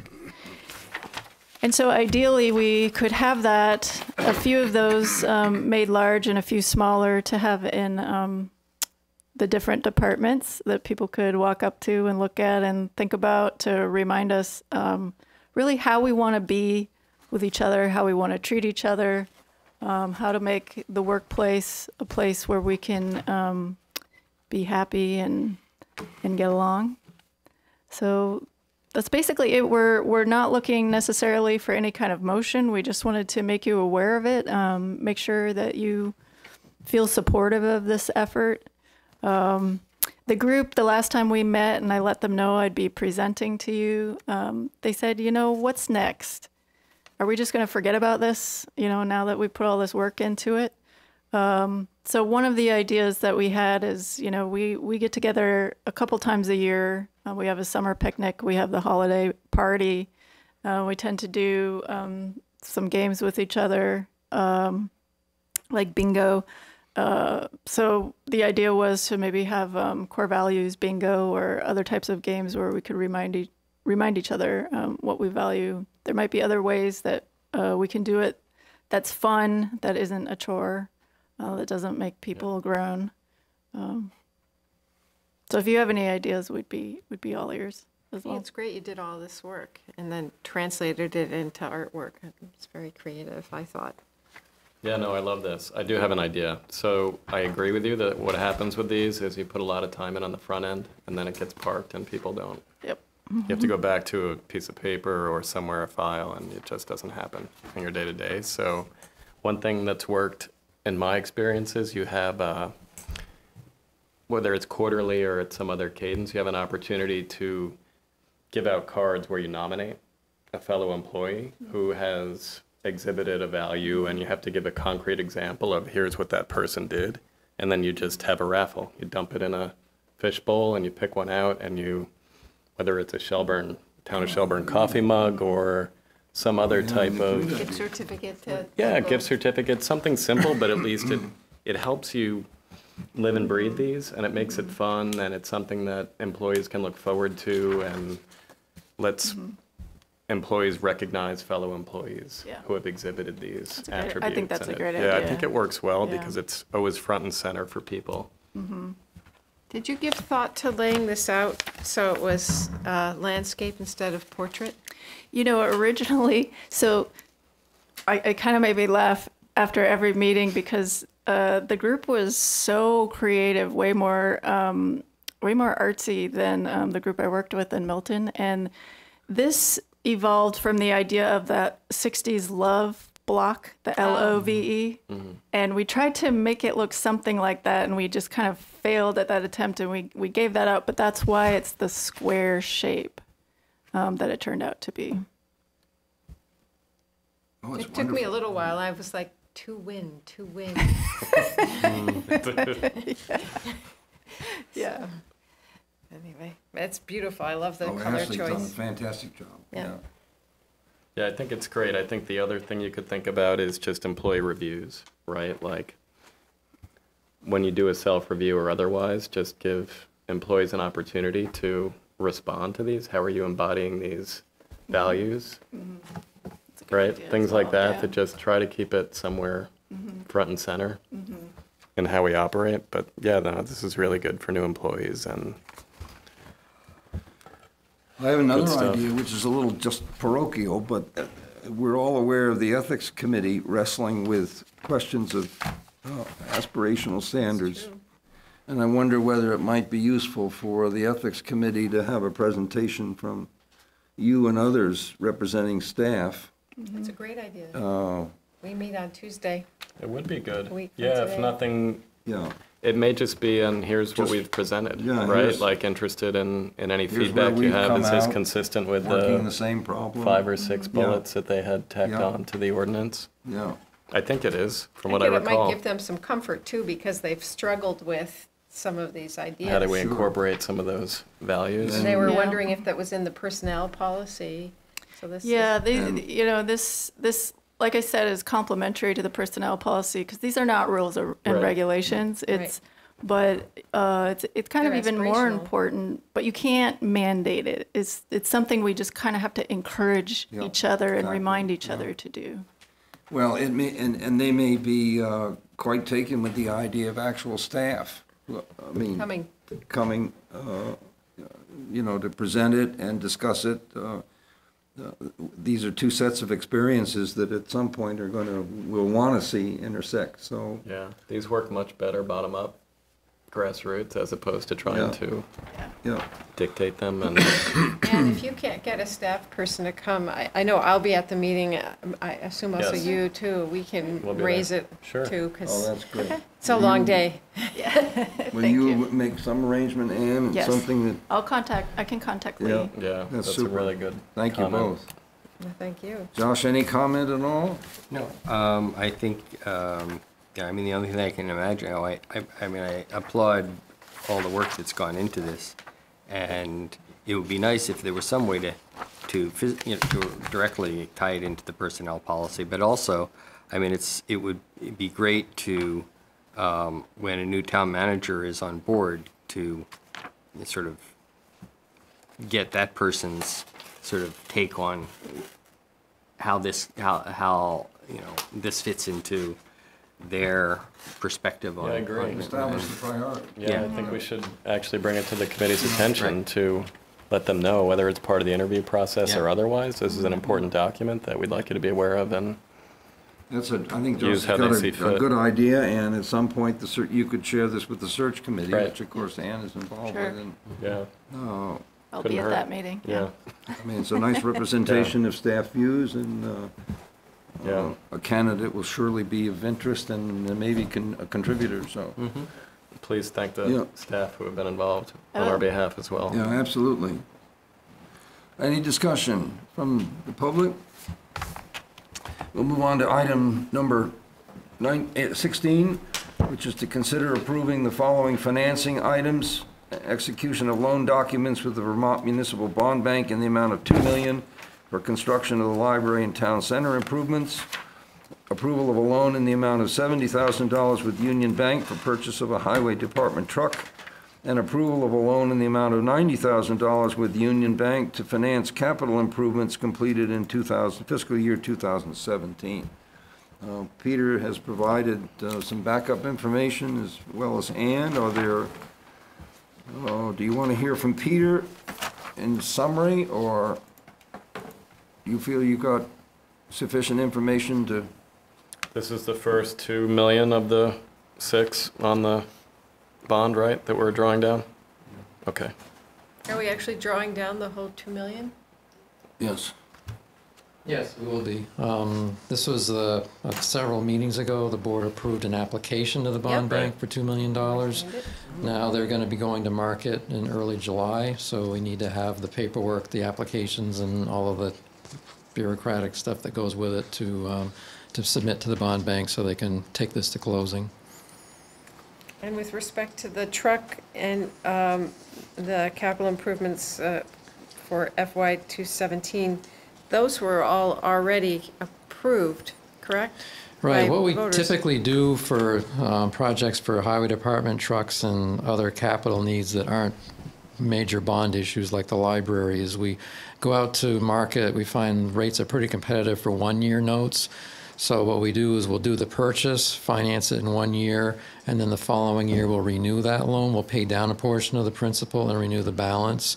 So that's what's happening with the $90,000 note. So you just refinance it annually? Right. A year ago, we took out $120,000 and that was a number of projects that we did a year ago. Those that were on the board, remember, we replaced the computer server, phone system, there's some fire department equipment, there are about a half a dozen projects that we borrowed $120,000 for, not to have that all be paid in 1 year, so we could kind of spread out the cost. Right. So that $120,000 loan will be paid off this year, and we're replacing it with a $90,000 loan, and we'll step that down probably $45,000 next year and $45,000 after that.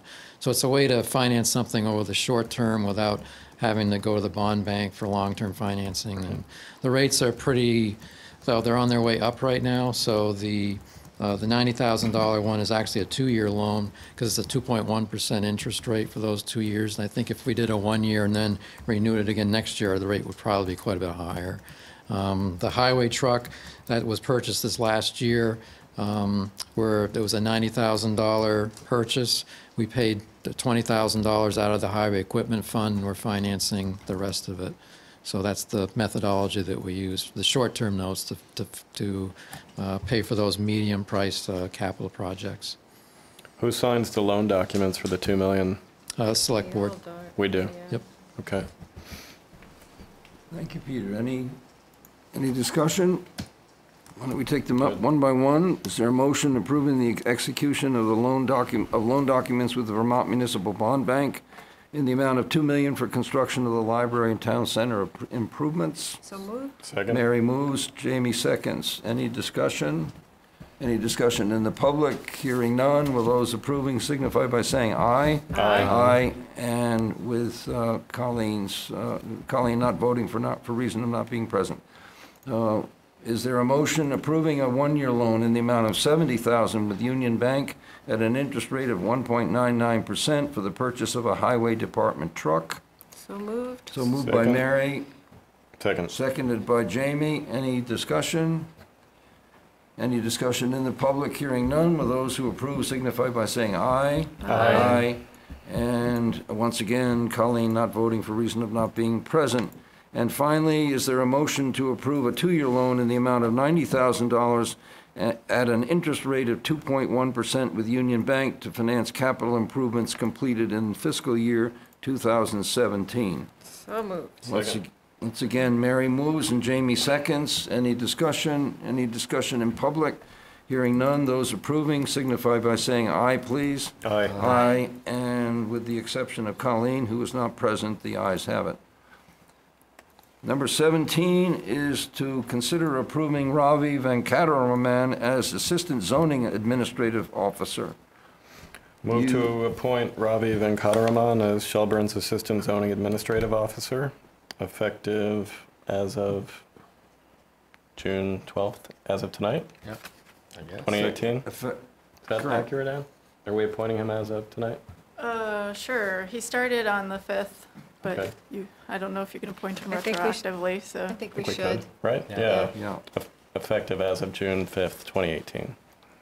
Second. Seconded, oh, sorry, Josh. No, that's Seconded by Mary. Any discussion? Any discussion in the public? Hearing none, those approving signify by saying aye, please. Aye. Aye, and those opposed, nay. The ayes have it. Colleen not voting for reason of not being present. The next item is to consider entering executive session. Oh, excuse me. We have a 17A. 17A, Jamie, Oh. you missed, was introduced by Mary. And why don't I just Turn it over to turn me. it over to you? I would like to consider appointing a committee, the purpose of which is to synthesize and prioritize all the recommendations of the various reports that we had talked about the previous 2 meetings, so that we don't lose momentum. The minutes from our meeting 3 weeks ago, I guess it was May 22nd, state there was discussion of hiring a facilitator to lead discussion on prioritizing the recommendations from the Village Center transportation studies that have been done to date. It was stressed momentum should not be lost. There are some items that can be implemented in the short term. Recommendations that increase safety on the road should be implemented. Following further discussion, the consensus of the Select Board is to abandon the initiative with the regional planning and draft ideas for the June 12 select board meeting for useful next steps. And I just want to make sure we don't lose momentum on that. Based on my posts on Front Porch Forum, I've gotten feedback which is pretty supportive of keeping that momentum going. And so I would like to see if we, to have some member of the board sort of take the lead on pushing this forward. Now, making that suggestion, I feel a little duplicitous because I don't feel like I have the time to do it. So, I think we're all pretty tapped out. I know I am.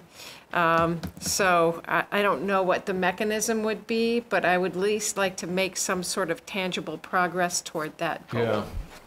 Can I ask an administrative question? Sure. If this is a town committee, would it be staffed by Dean Pierce, our planning director, who has the most knowledge of all these studies? I think it should be. That would be my recommendation. Yeah. I wonder, is there a way to make it somewhat less formal? And I'm guessing the answer is no to this because somebody would have done it, but to sort of form it more as a task force as opposed to a formal standing committee of the select board, just so that we can... I was thinking of an ad hoc committee that would be temporary in nature, Yeah, have a I think beginning, something middle, that's end. simple that we can just have a few people come in and out of without feeling like you're investing a lot of time in. And if it happens to be Bruce, who can't make it a couple meetings, or Tom Zanotti, or people like that. Yeah, I think that's a good idea. I mean, I think when Lee talked about this, and I think he was the one who, brought up the idea of having a facility. I mean, it was larger than a committee. It was essentially Hearings or a day. Yeah. And so whether we need per se a committee or not, I mean, I think maybe changing the terminology. I mean, Lee seemed really willing to take the I think he's the perfect person to facilitate the reins. So I'm not Right. sure it necessarily has to be a select board person, and what I would be concerned about is sort of assigning, or sort of selecting people for the committee. Then we get into the thing is, okay, who should be on the committee, or who should be in? Are we trying to make it geographically relevant to all the different parts of the town? I think there would have to be a lot of more discussion to get that kind of formal thing. So I would sort of suggest sort of modifying the terminology in that we come up with another word and task Lee to essentially move along the lines that he suggested in finding a facilitator to work with and establishing a feedback session or something else, and put out a request for individuals who would like to help solicit with this. interest, and is anybody and they want to work with it, right? And it's whether it's a task force or a study committee or however you want to label this or group, whatever the label would be. Right. I agree with you, Josh, and I think I think Lee's thinking along the same lines. Reason for taking this up potentially again on the 26th when he returns.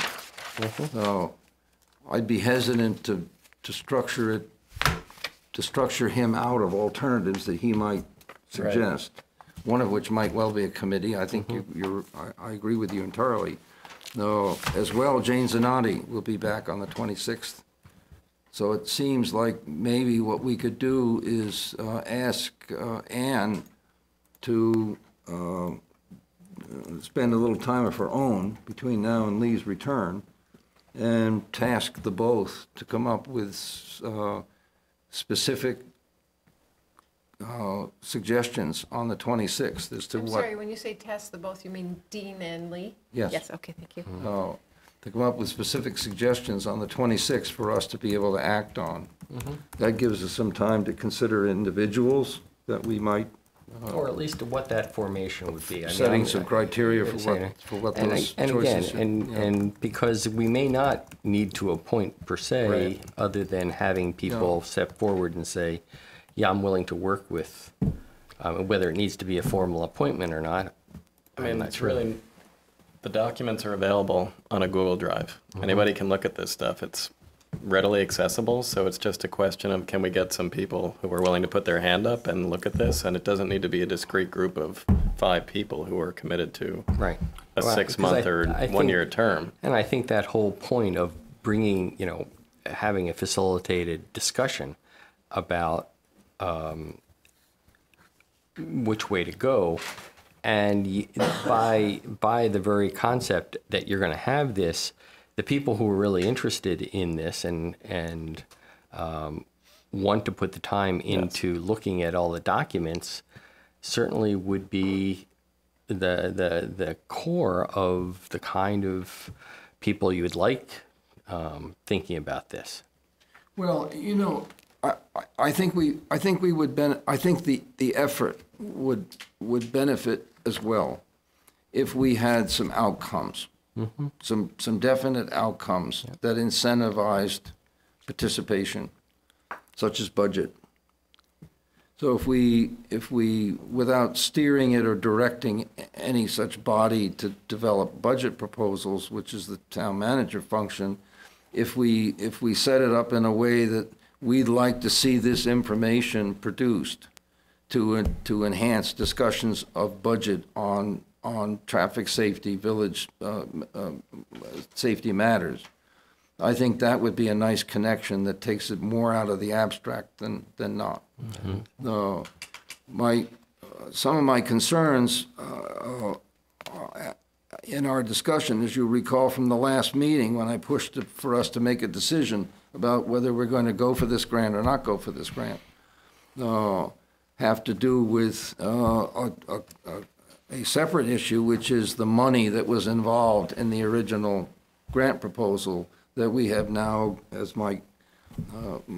as Jamie correctly pointed out, my use of the term abandonment was not right, but as we have moved away from. And at a point, this is where we ended up the last time in this general discussion about what kind of group should we delegate or deputize. So I think that's a great idea. And if Could you I also suggest maybe it's because it's a popularly used word these days, sort of a summit on a day, and just have a traffic safety summit. It could be on a Thursday evening or a Saturday, to be put together by Dean and we'll Lee. go through and familiarize people with all of the different projects on And a broad sense without getting into really depth in the nuts and bolts. And that way it would give people a sort of an understanding of, okay, what are we talking about here? Because truly I haven't looked at all of the documents. I'd like to, and that way it would also give people an idea of what they're in for, so to speak. And it may be a good way to start the whole thing off. Yeah, I like that idea. I mean, we've done that. There's precedent for that. We did it with the Stormwater Summit. We've done it for form-based code, and it's a great topic to just... We mounted a pro tem body, you recall, with ethics at one point. I mean, we've had examples that in which cases we've set up temporary bodies or bodies with a function that was going to time itself out. So what are your thoughts, Ann? So I think we need to think about what the ultimate goal is, and my understanding is that the ultimate goal will be a preferred design or a preferred plan. To me, in my time in local government, I feel like we're in a little bit of uncharted territory, because that's usually the kind of thing like the Regional Planning Commission would help you with. But, Lee is a planner, and so I guess, can't say I understand his thinking, but I guess his feeling was that we could do this in-house. So basically, with the goal of bringing this group together to literally choose something, not just talk about it, is the goal. Yeah, to create, prioritize, sort of identify. I think that's the thing, is with a final plan in mind. Clearly identify what potential projects there are, and then prioritize. To provide a recommendation to us. Yes. Right. Yeah. For consideration. Can I turn that into a motion? Should I take a stab at it? For the summit? Yeah. That's sort of, let me take a stab at it and see if I get a second. So I'd like to move to ask interim town manager Lee Crone and planning director Dean Pierce to, if it's possible, put together plans for a Village Safety and Traffic Summit, the goal of which would be to prioritize, where possible, recommendations from previous plans that the town has paid for, notably the Bay Road Plan, the Falls Road Plan or study, and the south entrance to Gateway. Shelburne Southern Gateway study. Yeah, I think there's a few more. There are in more. There There are are more in there. And too. I was just Yeah. saying notably, because I can't say them all. Yeah. So if that's a proper motion, I'll Including take. but not limited to. Thank you. That's lawyer speak now, Jerry. So we're asking Them to Dean and start Lee that to process. consider it. Frame the I'll process. second that. Seconded by Jamie. Any further discussion? Wendy? Do I understand you to say that you want to task Dean and Lee with figuring out a summit, or Dean and Lee to come up with ideas on how to approach this goal of The former. prioritizing? The former. Thinking about how to structure a summit. So you And who should be- decided that a summit is the way to go? Well, I think in the Because there were a discussions. number of things tossed around. Right, but I think in the previous discussions, what I think was agreed upon was there's really a need for broad scale public input into how to do this, and so rather than essentially structuring how to get it done, it's sort of structure this summit, which hopefully will inform Yes. the ideas of, okay, what are the different mechanisms, or what do people want to see? And I think that's the way to go, and actually the next step would be to sort of try to figure out what that structure would be. Okay, sense? Yeah, so I it's think kind of it's a more- combination of a summit and Lee and Dean to figure out how best to approach this overall goal of getting more input into this. Yeah. Yes. Yeah. Yeah. Okay, because it sounded to me like it was, we want Lee and Dean to. Decide it.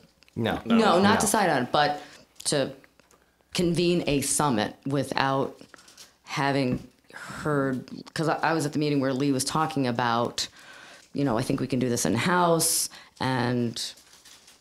but he's not here to now say what his views would be, nor is Dean. So for my personal comfort level would be a more broad motion to ask Lee and Dean to come up at the June 26th meeting with ideas for achieving this goal, including the idea of a summit. That's fine with me. Yeah, and I don't think We're that's sort of- it. Yeah, I I think we're saying the same thing. Yeah. Okay, Generally, but I agree. Yeah, I think because they might Has to have widen that on Bad this, idea. right? their experience, they might have other ideas for think- how We to should achieve tap that. into that. Yeah. You're absolutely right, Wendy. well, I was going to say that was the was- earlier preference, summit being pretty elastic as a term. Yeah. Yeah. But I And we do know f- those can but I do come together in feel- 3 weeks. And I would more than willing to support the summit-specific idea on the basis that we need to take steps forward and move along. I think But that's great. I appreciate your pointing out the fact that for direction to the town manager and planning director, it's probably more useful to put it in more general terms and highlight summit as an alternative of great interest. Thank you, Wendy. Yep, thanks. Yeah. So I will accept that as a friendly amendment, and I'll second that.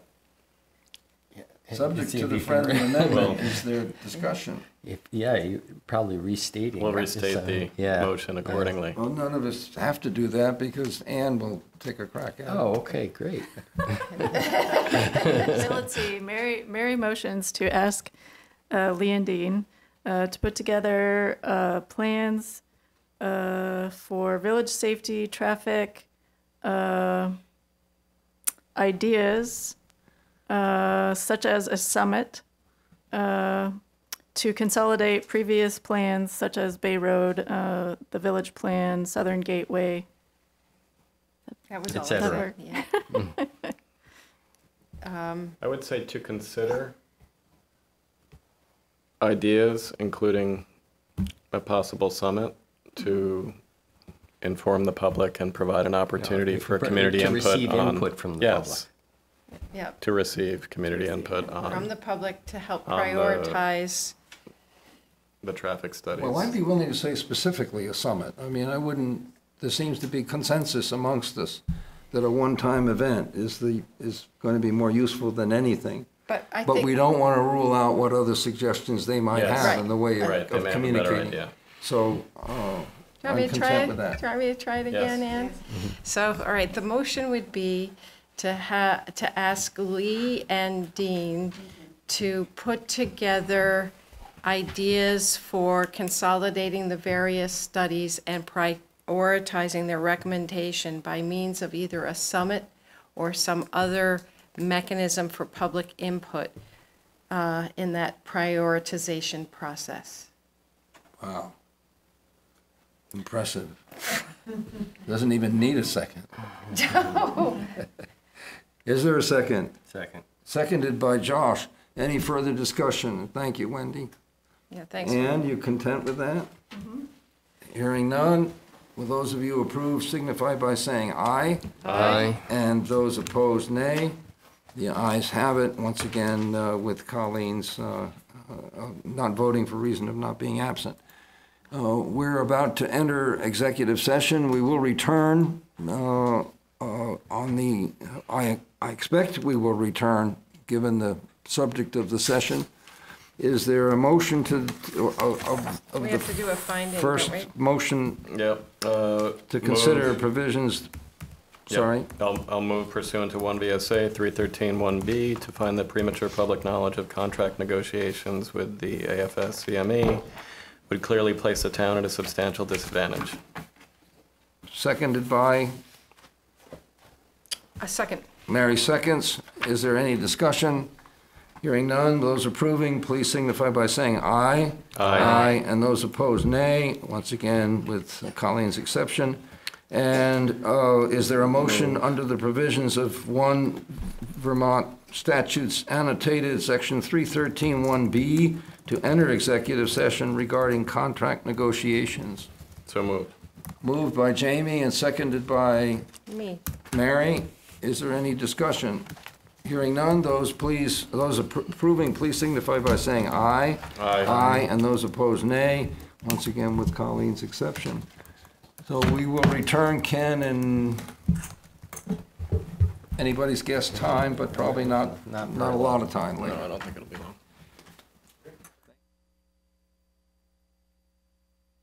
Session and resume general session. So moved. Moved by Josh, seconded by Mary. Any discussion? Hearing none, those approved signify by saying aye, please. Aye. Aye. And in this case, is there a motion regarding the Town of Shelburne labor agreement with the American Federation of State, County, and Municipal Employees, Council 93, AFL-CIO Local 1343, Shelburne Town Employees, Chapter 008, such contract to be effective July 1, 2018 through June 30, 2021. I would move to adopt the contract and ratify it, subject to approval as to substance by the town attorney. Second. Motion by Mary, seconded by Jamie. Any discussion? Hearing none, any discussion in the public? Hearing none. Will those who are approving, please signify by saying aye. Aye. And those opposed, nay. The ayes have it. Once again, Colleen not voting. Thank you. Yeah. Is there a motion to Yeah. adjourn? So moved. Moved by Mary, Second. seconded by Josh. Any discussion? Hearing none. Will those approve signify by saying aye. Aye. Aye. And those opposed, nay. The ayes have it. Thank you, Tom.